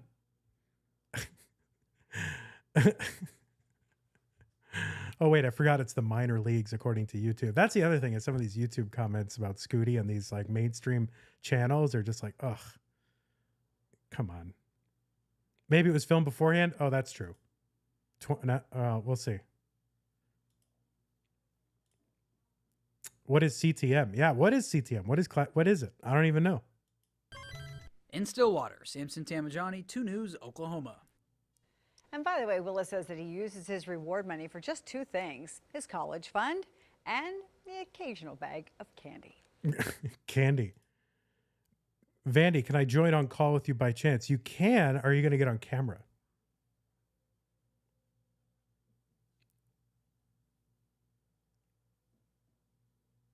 You'll get on camera. All right. All right. You're not going to do anything weird, are you? All right. We'll get Guffi on. Guffi? But I have complete discretion as to whether to kick you out. So you understand that. All right. I think do we have to be friends? All right. I'm calling you, Guffi. Here, let's see if we can get Guffi on. Yo, what's good? All right, we're getting you. We gotta get you on camera there. That's part of the deal. This is a professional setup. All right, Guffi's here. Let me go ahead and get. No, it says Guffi. Let me change it to Guffi. Am I saying that right? Is it Guffi? Mm-hmm. What do you think about Guffi. that? Guffi? Why would you have two Fs? I don't have 2 Fs. Oh, you have 1 F. Guffi. Like if you have 1 consonant, it elongates the vowel. So I think Guffi would be 2 Fs, which would shorten the vowel. Like, don't you know about vowels? Do you know anything about vowels? I'm not educated. About vowels? Just kidding. Nah. All right, hold on. Let me move you around. All right, your head. Oh, let me uncut your head off a little bit. Cool. All right, I'm uncut. Dude, you got like a whole setup here. You look like a pro thank you. Podcaster. What are you? No, I'm not. I just. All right. Yo, K9, thank you for the gift. So it is Guffi, in fact. Yeah, it is Guffi. All right. So you wanted to get on, and what did you want to say? I don't know. Just we can discuss this stuff together, I guess. Oh. Watch more. Yeah. All right. Yeah. You can send me. You can send if you have any other links. Like, all right. But that was a good story. I thought that was good because I think the barber was the best. Now here's the thing, Guffi. I'm never gonna get used to calling you Guffi, by the way. Guffi. The barber. I don't know. Like why they went. What did they ask the barber again? I don't know. They just asked, "Oh, what are your thoughts on Yeah. this 13-year-old kid beating Tetris?" Yeah, that's the first thing that I would think is just go to a barber. Since Monday. It's surprised folks around Stillwater too. Just a kid achieved such a high goal that he reached, but I don't know, man. I think that's just awesome. Willis says he's not. That was a. I like the guy getting the haircut is just like, can I just get my fucking haircut? Like he didn't even say, he didn't be like, yeah, I agree. It's totally. He was like, can I just get my haircut done, please? Exactly. Like, oh yeah. Oh, we need to ask some people about this. Let's go to my local Wendy's and let's ask some people. Yeah, well, I feel like Wendy's. There's people trying to eat their food. Let's shove a camera in their face. Like, yo, what are your thoughts on this 13-year-old kid beating this game called Tetris? Yeah, he probably doesn't even know what Tetris is, but unless this is like a regular thing and they just go to this barbershop all the time to ask this guy, like his opinion on like all the news stories that come up. Yeah. Like, oh, so what do you think of Hamas? You know, and he's like, oh, well, you know, it's like just give him the whole thing. So anyway, I thought that was great. And I just love this guy's face. Like, yeah, just here's my haircut. Mm-hmm. And look at the cameraman. The cameraman is in the shots. You notice that? The I do see it. Wait, it looks like you. He does. Actually, it looks like my friend Dan. Oh, he does? My friend Dan is a cameraman too. So, or he was. And then the reporter's in the shot. Like, you think you could frame the shot a little better. So, anyway, so I thought that was good. This guy. That's local news. Yeah, this guy's face. Anyway, all right. But it was actually mentioned at my school. I was on the bus home and I overheard this kid talking to his friend. He was like, "Yo, apparently there was just like one kid who like beat Tetris or something," and I'm sitting there like, "Should I?" Yeah. I'm sitting there like, "Oh my god, it really has gone far." Yeah. To my own school. And then what, like, because you're thinking in your head, like, oh, should I mention that? But then what would you really mention? You say, oh, I'm in the same community as that guy. And like, what would you say? Like, I know that guy. I'm top 100. No, You say, oh, I don't wanna brag. I'm top 100. Oh my God. I think everybody in this chat is in the top 100. I mean, it's not a big community. Probably. Valerie says, turn on my volume. Apparently I'm loud. Oh, well, why don't you turn down your volume? Hold on. Let's see. Here, say some words. Hello, hello. Keep saying them. Hello, hello, hello, hello, hello, hello, hello. Hello, Bunny. Hello, Bunny. How you doing, Bunny? What's up, Bunny? All right. Oh. And then I got to turn this. All right. So there's that one. So let's take a look. Now, here's the thing is I can't share my screen to you because for some reason, I don't know, maybe you're watching the stream or whatever. All right. I'm just watching the stream. All right. I only have like a 3-second delay. Okay. This is the Associated Press. Yeah, I might need to turn it down in Discord. For some reason, I can't find out how to do that. But it's my first time doing this format, so we'll figure it out as we go along. Let's see if Associated Press says anything at all. I think they just do it the Guardian treatment where they just go, oh, we're just going to put words on the screen. They just slap text on the screen. Yeah. That's all they do. Yeah, that's what they do.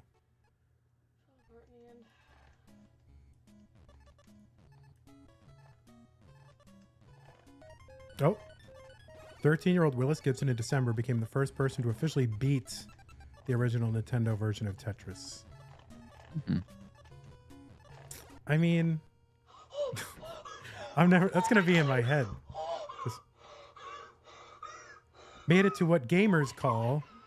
I don't know if it's a good idea to show Scooty's full reaction. Why?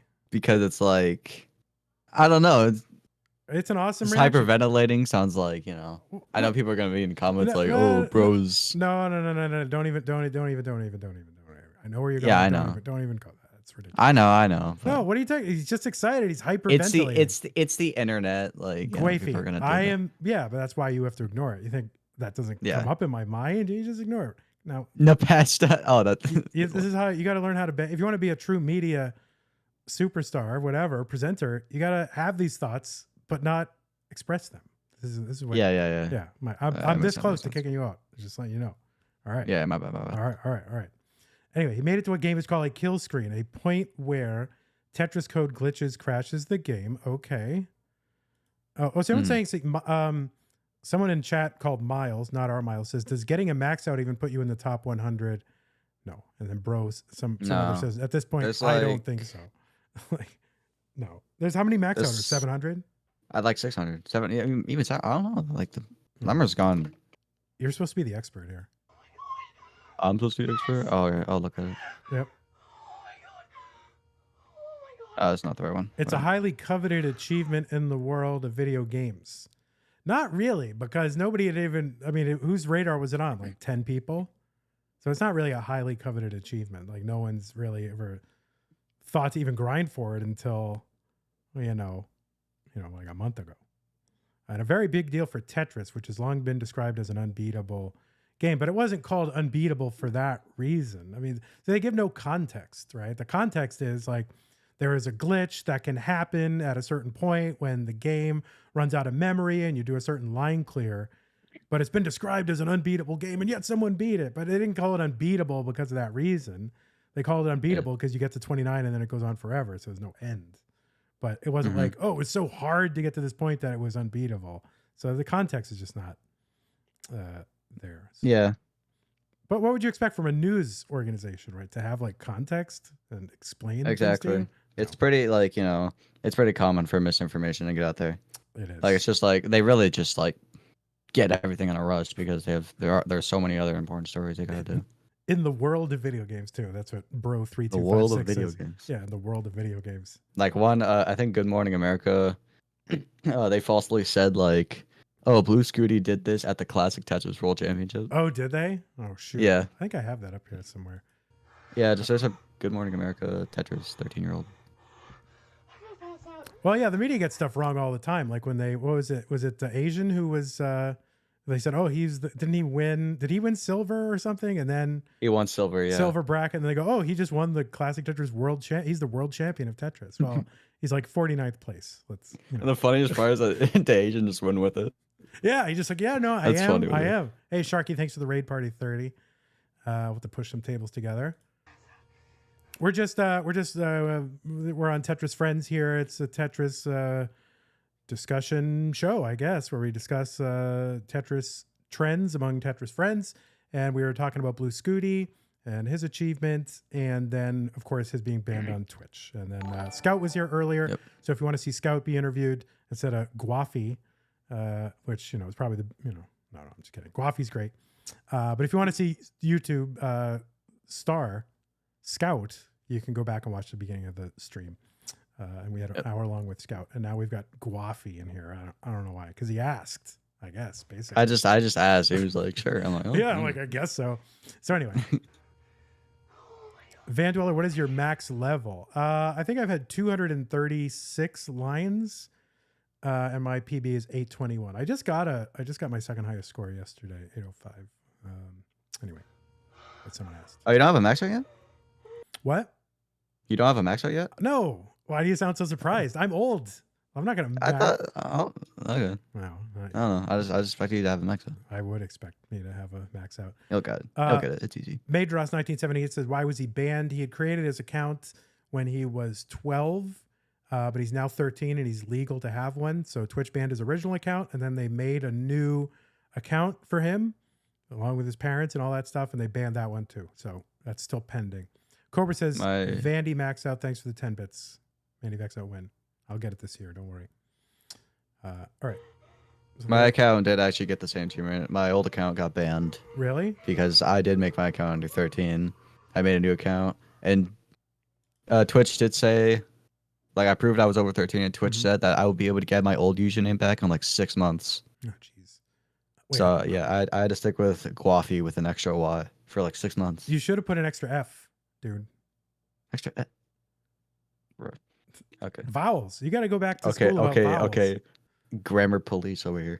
Yeah, I mean, it's not grammar necessarily. It's more like yeah. All right. Anyway, all right, next one. All right, this is his full game. This is what we were talking about. The Oklahoman can just post his full game. Yeah, that's ridiculous. Yeah, like why can he do that? Like why can they do that? At the very least, I hope they're not putting ads on that. Yeah, I hope not. I don't know. I have premium because like Okay. that. Let's see. So there's that. We got the NPR story, and is this? I don't know if this is NPR's story or not, or if this is their video or whose video this is. No, that's the full. Oh, that's just Scooties. Okay, they're linking to bluescuti. All right. Yeah, that's just Scooties. All right, I'm subscribing. All right, that's good. They didn't get a ton wrong. Actually, the NPR written story was the best one. I think it'll be very interesting to see how Tetris Company reacts to all this, because like Tetris in the news, honestly, this is a bigger news story almost than like their Tetris movie. You know what I mean? Like, so how this is a game they do not monetize. They don't. They only reluctantly give some money to the Classic Tetris World Championship because it's thing that says Tetris World Championship, and it's like the biggest Tetris tournament of any of their versions, and it's not even an active version that they support. So very interested to see how they will react, what they will say, or if they'll just go, "Oh, congratulations," and then that's it. Oh, this is a new one. Tetris defeated by Team New Center, Maine. Where is that one? You're sending it to me? Yeah, I sent you a link. There you go. You sent me a link. All right. In Discord? Mm-hmm. Okay. It's a new one. New Center, Maine. Copy link. All right. 41 views. Sounds legit. All right. Let's see. It's probably just, we'll see. First, we have to tell you about this incredible feat in the world of gaming. Okay, get this. A 13-year-old has beaten the game of Tetris, which has long been described as an unbeatable game. In December, Willis Gibson became the first player to officially beat the original Nintendo version of the game, and he did that by breaking it. He pushed the game beyond its limits. There he goes, which the gaming world considers a win. Willis Gibson, who goes by the name bluescuti, when he's gaming, made it to what's called a kill screen. Gaming? On level 157, the code of the game glitched and crashed. A highly. It's funny. Like there are people in the YouTube comments who are like, "Oh, big deal! Like my Tetris crashed." Like sometimes just your Nintendo crashes. Like, "Oh, I crashed Nintendo back in 1989." Like, yeah, I can crash it like right now. You just jiggle your cartridge and you can crash it. I did. Maybe it's just some other console like Game Boy or something. I don't know. Like, oh, I did this on an iPhone on like this on the App Store. Yeah, I don't know. So like I'm not sure what, but if you said 1989, I don't know what that means. But all right, so it's a pretty conventional story. Achievement. See? Yeah. Emotional moment. Wow, look at him. Yeah. Just sounds like recovering. That was moving so fast. So like I haven't played Tetris in a while. I'm aware of how it works. But it gets faster every level. Is that what happens? Yeah. Oh, I think so. I have Anyway. not played it, and so it is the one. Sorry, on this game, but yeah. Exactly, yeah. So I have not played it in a very long time because I would just lose. So Right. But good question. I don't know if the speed. I think at first it's really slow, so you have time to figure out what to do, What to and then do. it keeps getting faster and That faster. would You have make to make sense. decisions faster. There you go. Right. That's a lot of It's a high levels. level. I was trying to teach Luca this weekend. He got a little GoPro type camera from his grandma, and it had like a little Tetris in it, like a little baby Tetris. But I don't think he was quite. Baby Tetris. Baby Tetris. It's got baby Tetris on it.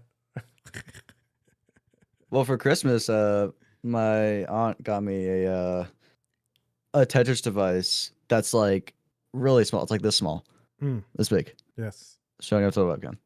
It's like I have that one. It's like a pocket one that you it's can put in literally your just wallet. Like I have, it's like a wallet size one, like the size of a credit card. Yeah, it's so small. Yeah, it's the size of a credit card. Wait, can you show it? Because we might have the same one. I don't have. I'm kind of a hoarder, so I don't have like things readily accessible. You're a hoarder. Yeah. Okay, that makes sense. No, I like all my anything not related to like my immediate concerns are in storage at the moment, actually. So it's all just random boxes and storage space.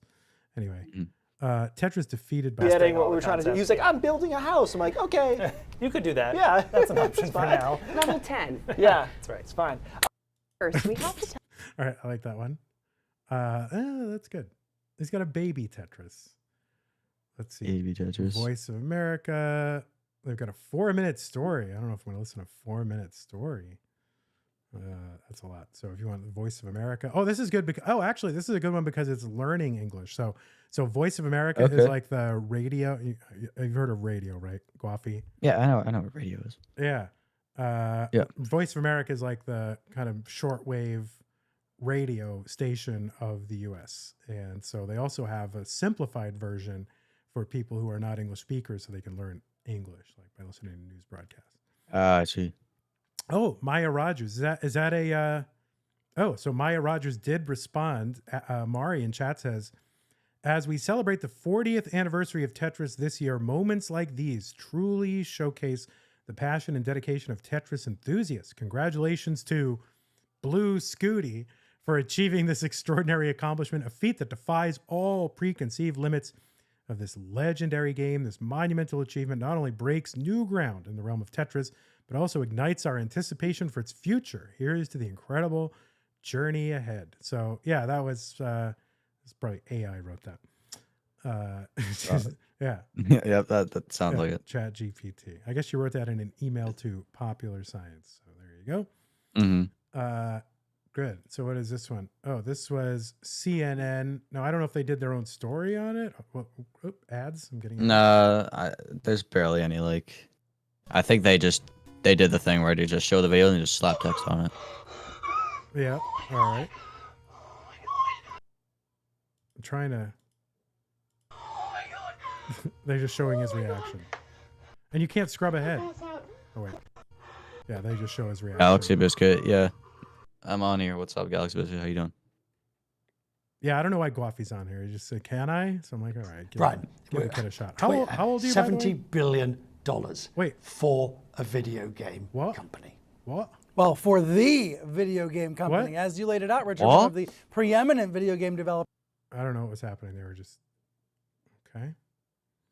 Disable my ad blocker. Oh, I can't watch it because I have an ad blocker. Oh, Cobra. Well, hold on. Just hit the X. Oh, really? Yeah, on top right. I can't feel my fingers. So this is just the typical, like we've put. I think USA Today is a good one. It's actually accurate. But yeah, okay. But the video is no good. Tetris is an old school video game released nearly 40 years ago, but a 13-year-old player from Oklahoma just pulled off a trick on the new classic, being the first player to truly beat the game. Developed by Russian scientist. Russian. He successfully manipulated the waves of falling shapes for more than 38 minutes until the game crashed.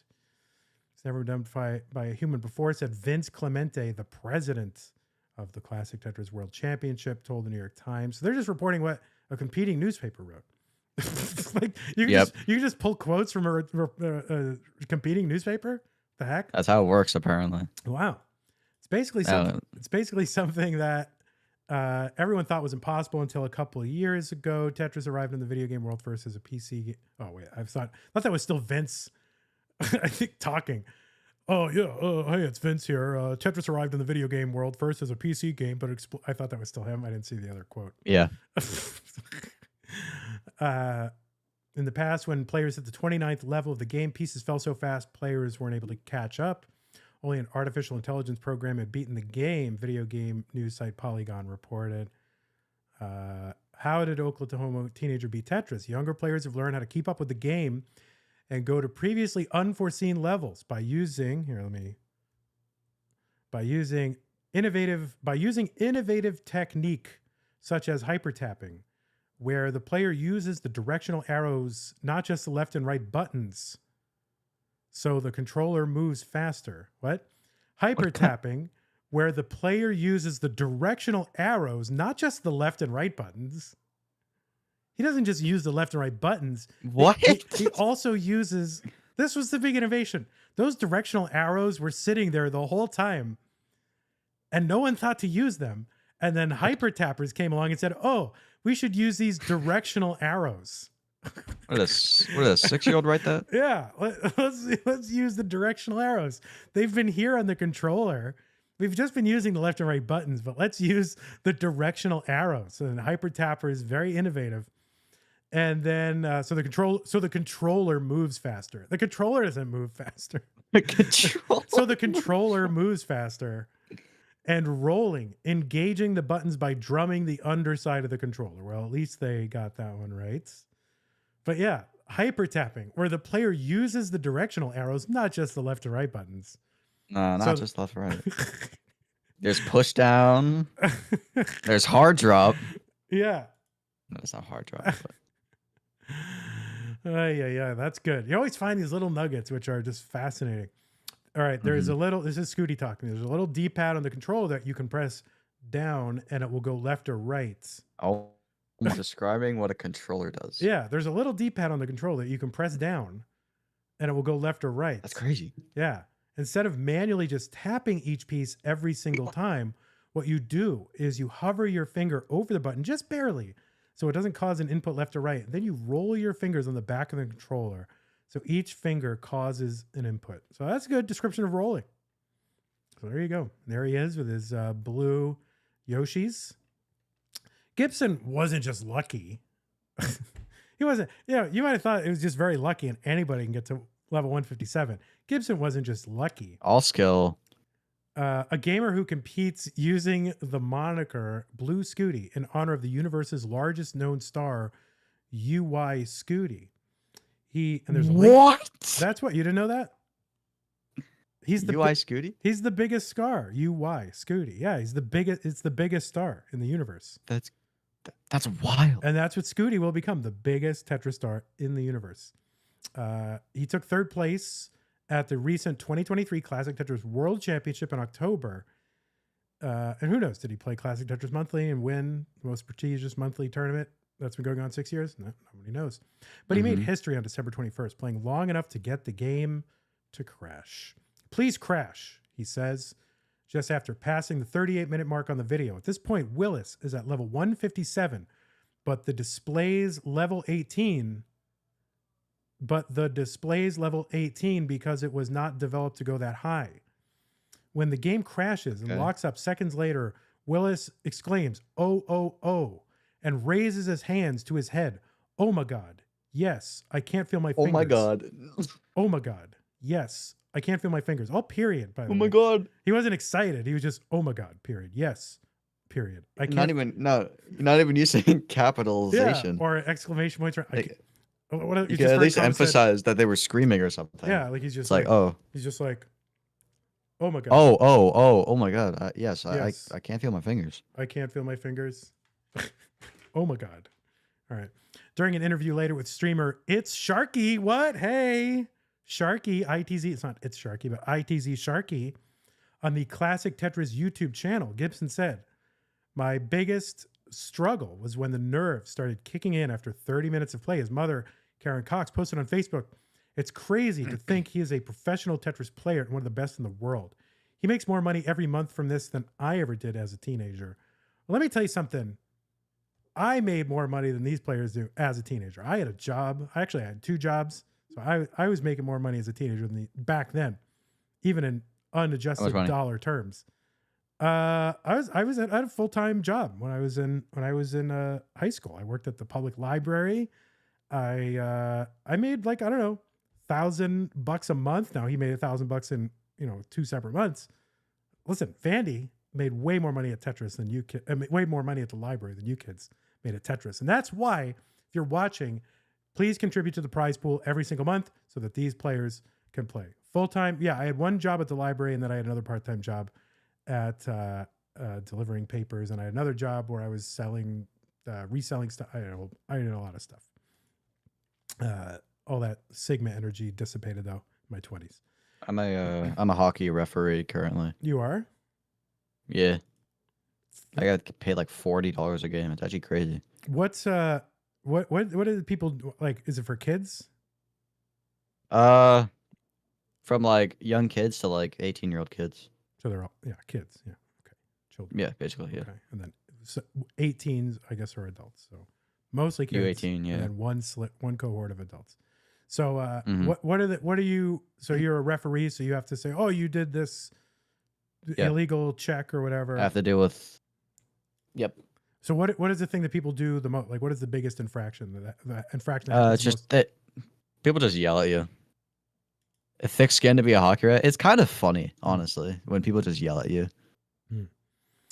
Willis, who began playing Tetris at the age of 11, and other competitive gamers will now keep trying to reach the kill screen with more efficient score. He dedicated the win to his dad, who passed away When asked by Sharky what message he might have for other young gamers, Gibson said, set your mind to something, you put work into it, most likely you will get it if you try hard enough. So there you go.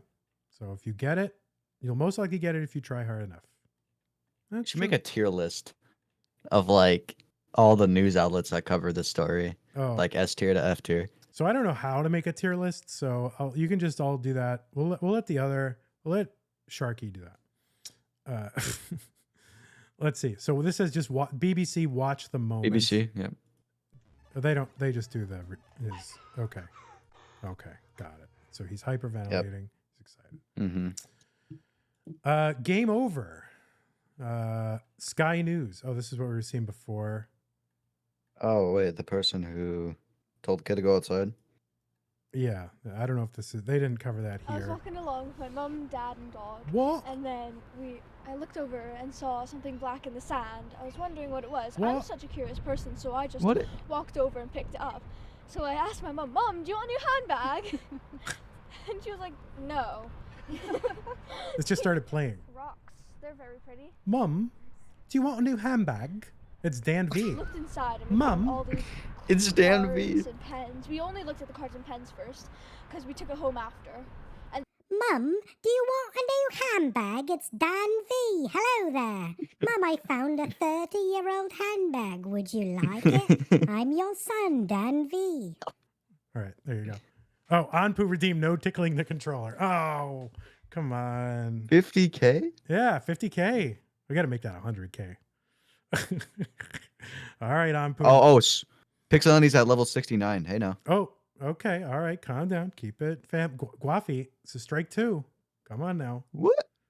That's strike. Oh. All right, and then what is this? All right, this is. It's at 70. Okay. This is 12 minutes of the Rational National. I don't know what this is. What is the Rational National? No 6ix9ine jokes. Oh, it looks like. All right. Well, it looks like some sort of something. So a lot of political bent over there. Company. All right. Any other? We did this one. Any other ones we need to react to? Shout out to Inside and YouTube chat. Over 16,000 followers on Twitch. Inside, welcome to YouTube chats. Let's see what Inside is saying. He has many followers on Twitch, many more than we do. So welcome Inside. And he's saying that ever since a certain executive turned over or whatever, they've been way better about unbanning even after ban evasion. So there you go. Well, welcome Inside. Mm-hmm. No, Guffi has 2 strikes. That's right. Yeah, but he doesn't know what that means. You have 2 strikes. Yeah, 3rd strike. If you can't be sus here. This is, for one thing, Scooty's family is in the chat, right? So you can't be sus. Right? Oh. Like grandpas and grandmas are in there. Don't be sus. I know Kingsman's supporting me. Yeah. All right. Anything else you want us? anything else you want us to react to? Otherwise, I gotta go. Yeah, not really. I mean, it's fun talking to you, I guess. Yeah, I would like to say likewise, but I don't know. I think I got to think about it. No, it's fine. But thanks for coming on. Yeah, have a good one. Yeah, no, all right. We're kicking you up. See you later. All right. See you, Guffi. Thanks for no adding problem. your voice. Bye. All right. That was Guffi. And yeah, so is there's anything else you want us to want me to react to, or anything else I'm missing? Wing Fryer. Did you see Inside Edition? Yeah, we did watch Inside Edition. What else are we missing? Is there anything else that we missed? I could just go on YouTube and just look up Tetris.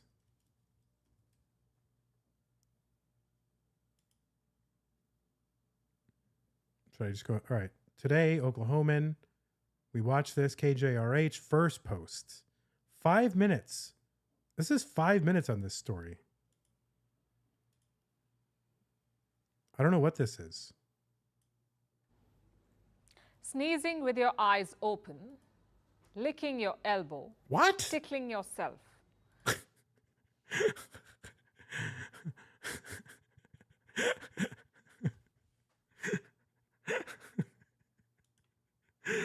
I mean, I know what she's about to do. She's talking about things that are impossible, but it's just it's the best way to start.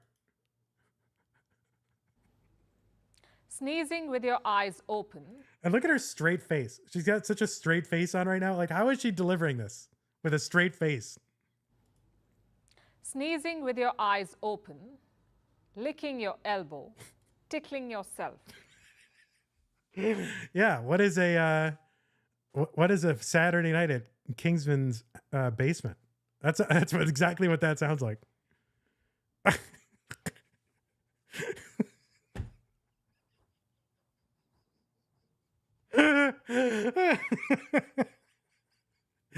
No, tickling the controller. Yeah, Julia, is that you?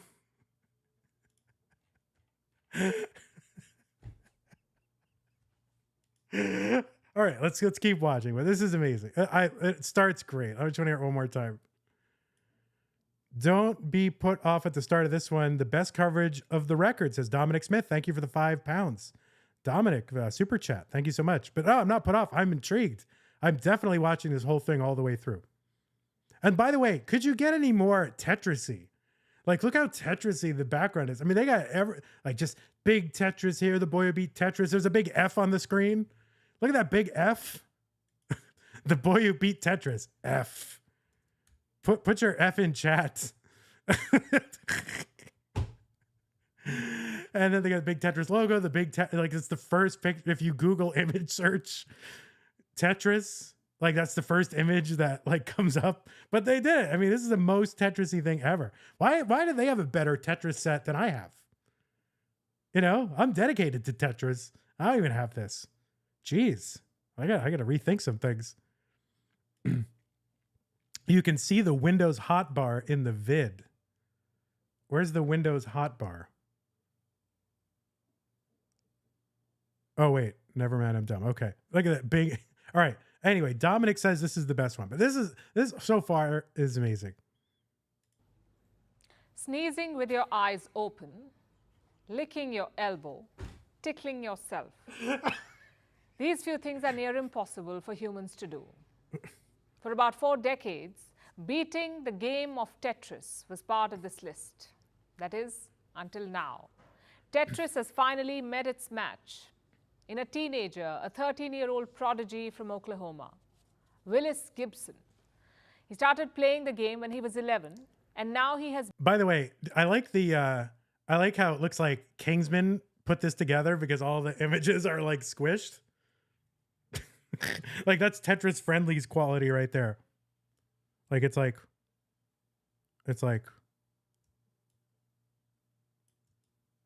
there I am. That's Tetris Friendly's quality right there.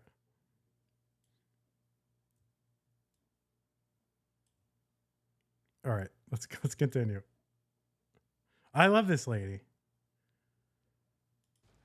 He started playing the game when he was 11, and now he has beaten the so-called endless game. How did he do it? I'll get to that, but first a primer. That's a great question. By the way, everybody knows her scrunchie. Like, this is like, it's very 90s, but she's got a scrunchie on her right arm. That is such a 90s look. Amazing. Yeah. On Tetris, it's a hugely popular game, a classic if you will. It was designed in 1984 by a Soviet engineer, then picked up by Nintendo, a gaming company, in 1989. Soon it became a worldwide sensation. So far, I mean, this is great. This is great. I mean, background. Is that Alexi playing the arcade? Today, there are over 200 variants of the game. It's a world record. Tetris mobile version has sold more than 100 million times, making it the 3rd best-selling video game of all time. In an era where video games offer cinematic visuals, plot lines, and thousands of characters, Tetris has managed to stay relevant. Oh, Eric ICX, what? You made it to India. There you are, buddy. Ironically, thanks to its simplicity. And here's how it works. The user has to manipulate falling blocks. This is amazing. This is so in-depth. I can see why they took 5 minutes. And fit the varying shapes together to create solid rows. It sounds easy. Wait, who is that?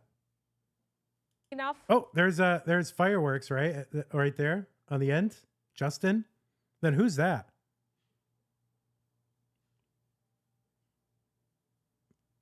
I like how it says no pausing.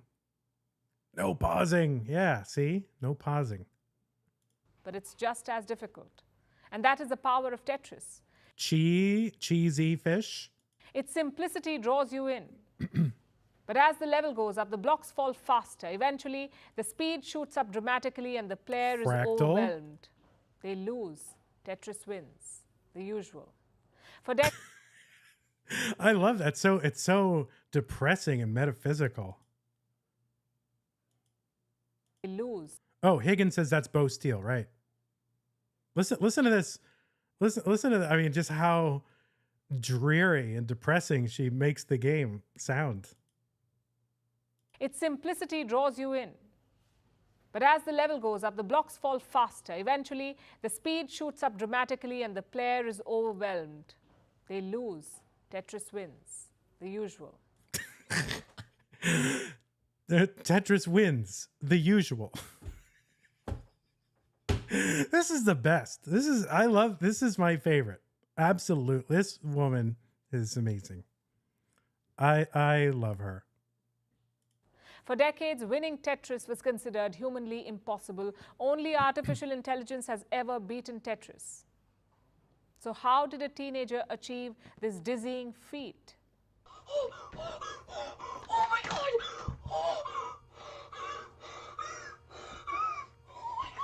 Crumson says she looks like she could sneeze with her eyes open. That's amazing.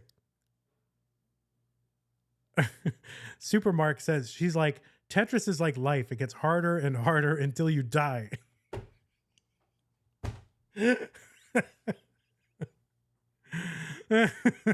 This is the best. Yes! Oh my god! Oh my god!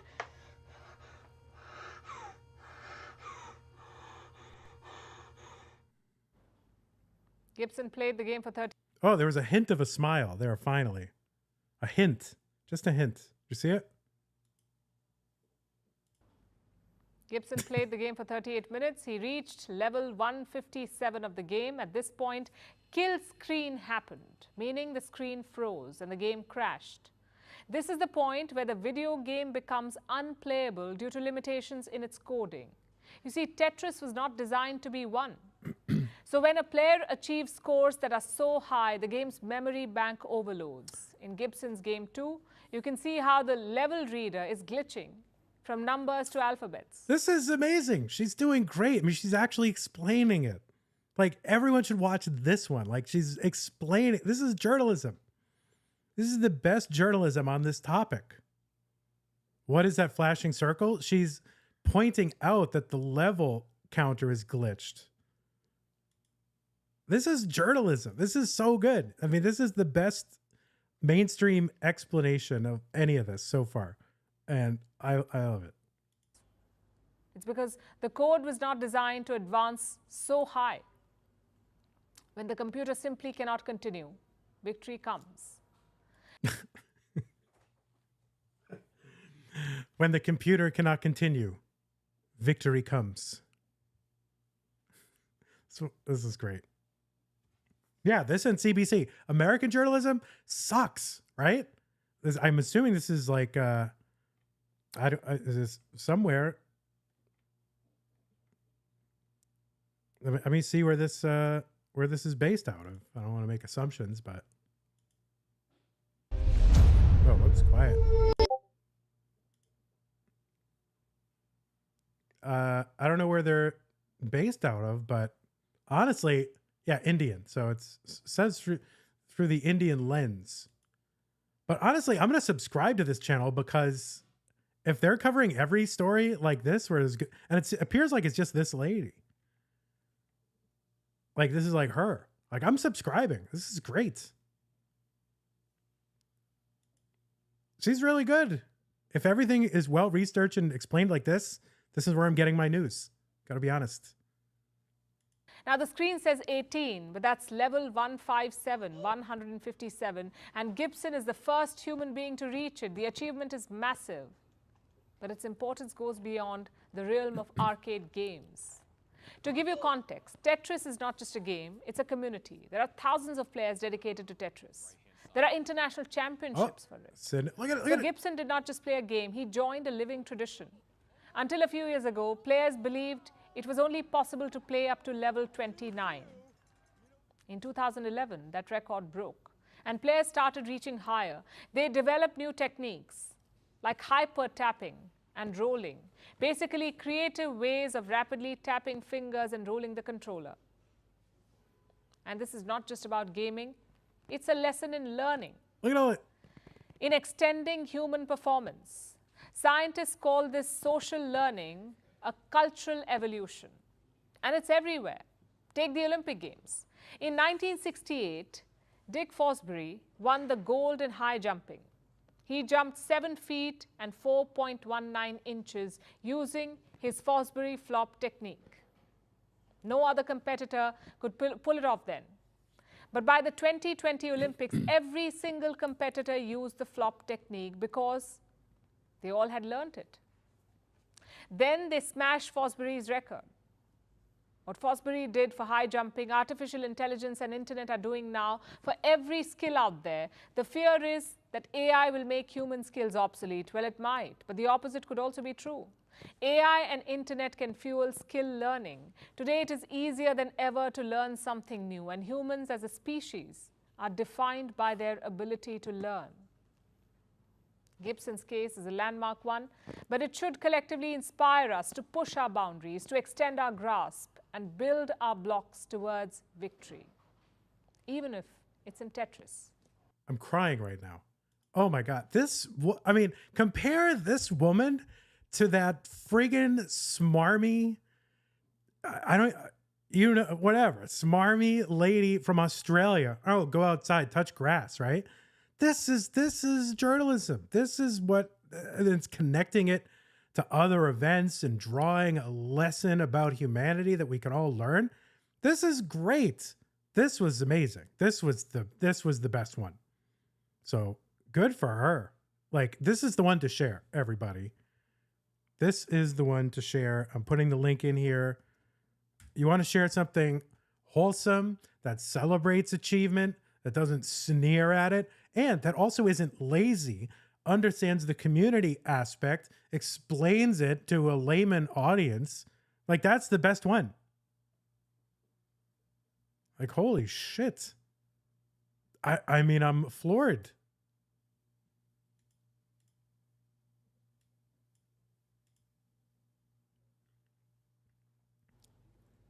Sneezing with your eyes open, licking your elbow, tickling yourself. These few things are near impossible for humans to do. For about 4 decades, beating the game of Tetris was part of this list. That is, until now. Tetris has finally met its match in a teenager, a 13-year-old prodigy from Oklahoma. The only thing I have to say is stop consulting Kingsman for your layouts here, because it's smushing the thing. Like, you don't have to do that. Yeah, is that Julia? Julia, is that you? Oh, Pixelandy has just entered colors. This breaking news.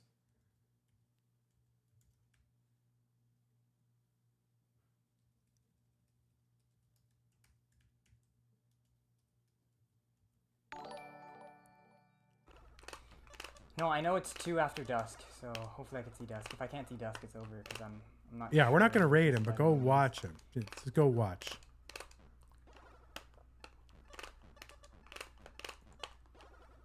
Tune into his stream. He's got 259. He'll be all right. Have them both open. Holy moly.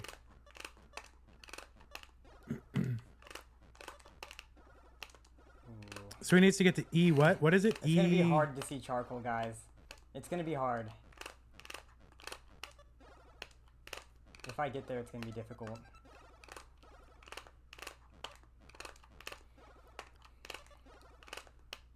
A single on E89.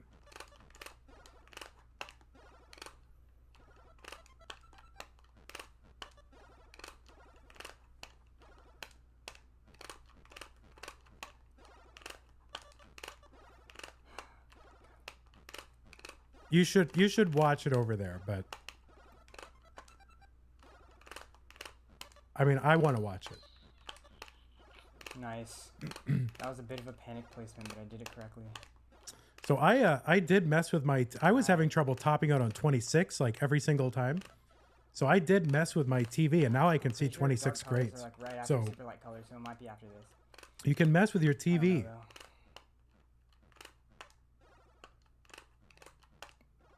Oh no, this is gonna be so hard to see, isn't it? All right, if he gets it, I'm gonna raid over there, or we'll react to it. We can talk about it. No, we'll raid over there. You guys can show your appreciation. No man, that was already really hard to see. I don't know, man. He's getting nervous. This is gonna be so difficult. He's getting nervous. Don't psych yourself out. He's talking himself into topping out. Don't do that. Here's charcoal. Just keep it plain and simple. He's getting all right. Come on, 5 more. He's got it. Oh my gosh. Okay, he's out of charcoal, at least.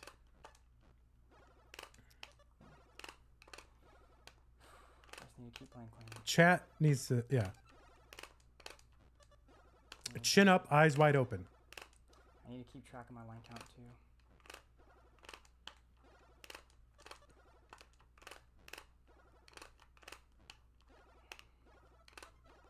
Oh, God. Jeez, come on.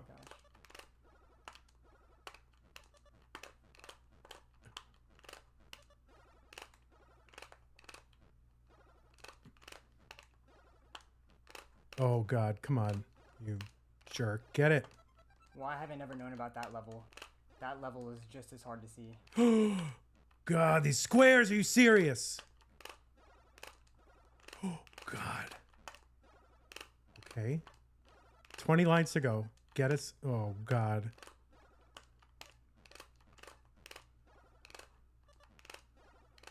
Don't psych yourself up. He's got 10 lines to go.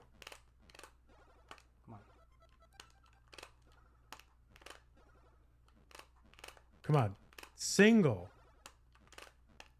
Oh my God. If he gets it. Single. There it is. There it is. Oh my gosh.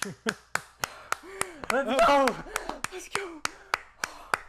Yes. Oh, yeah. Yes, bro, yes. Holy moly. You don't understand how hard that was to control my Wow. emotions. Oh my God. Thank you so much for the 50 gifted, bro. Holy moly. Thank you, K9, for the bits. Oh my gosh. And Red. All right, I'm going to go raid Andy. Thanks You everybody don't- for you hanging don't out. even We'll definitely do this again. You don't understand. And go Maybe congratulate you do, Andy. maybe you do. Amazing. That was insanely difficult to keep composed. On the dark colors, I thought I was dead. I thought it was dead. I thought it was over. I thought it was over. Awesome, everybody. Thanks. Have a great day. We'll be back. We'll do this again. All right, take care. Bye-bye. Yes, bro. You actually don't understand how difficult that was. That was insanely difficult. All right, thanks everybody on YouTube. Get over to Twitch. I don't know if he's on YouTube as well. Pixel Andy, just getting the game crash, the 3rd player ever, the 3rd in 10 days, I guess. Holy moly. All right, everybody, it was great. Amazing time. And have a great day. Love you all. And ctm.gg/Discord. Qualifying is open for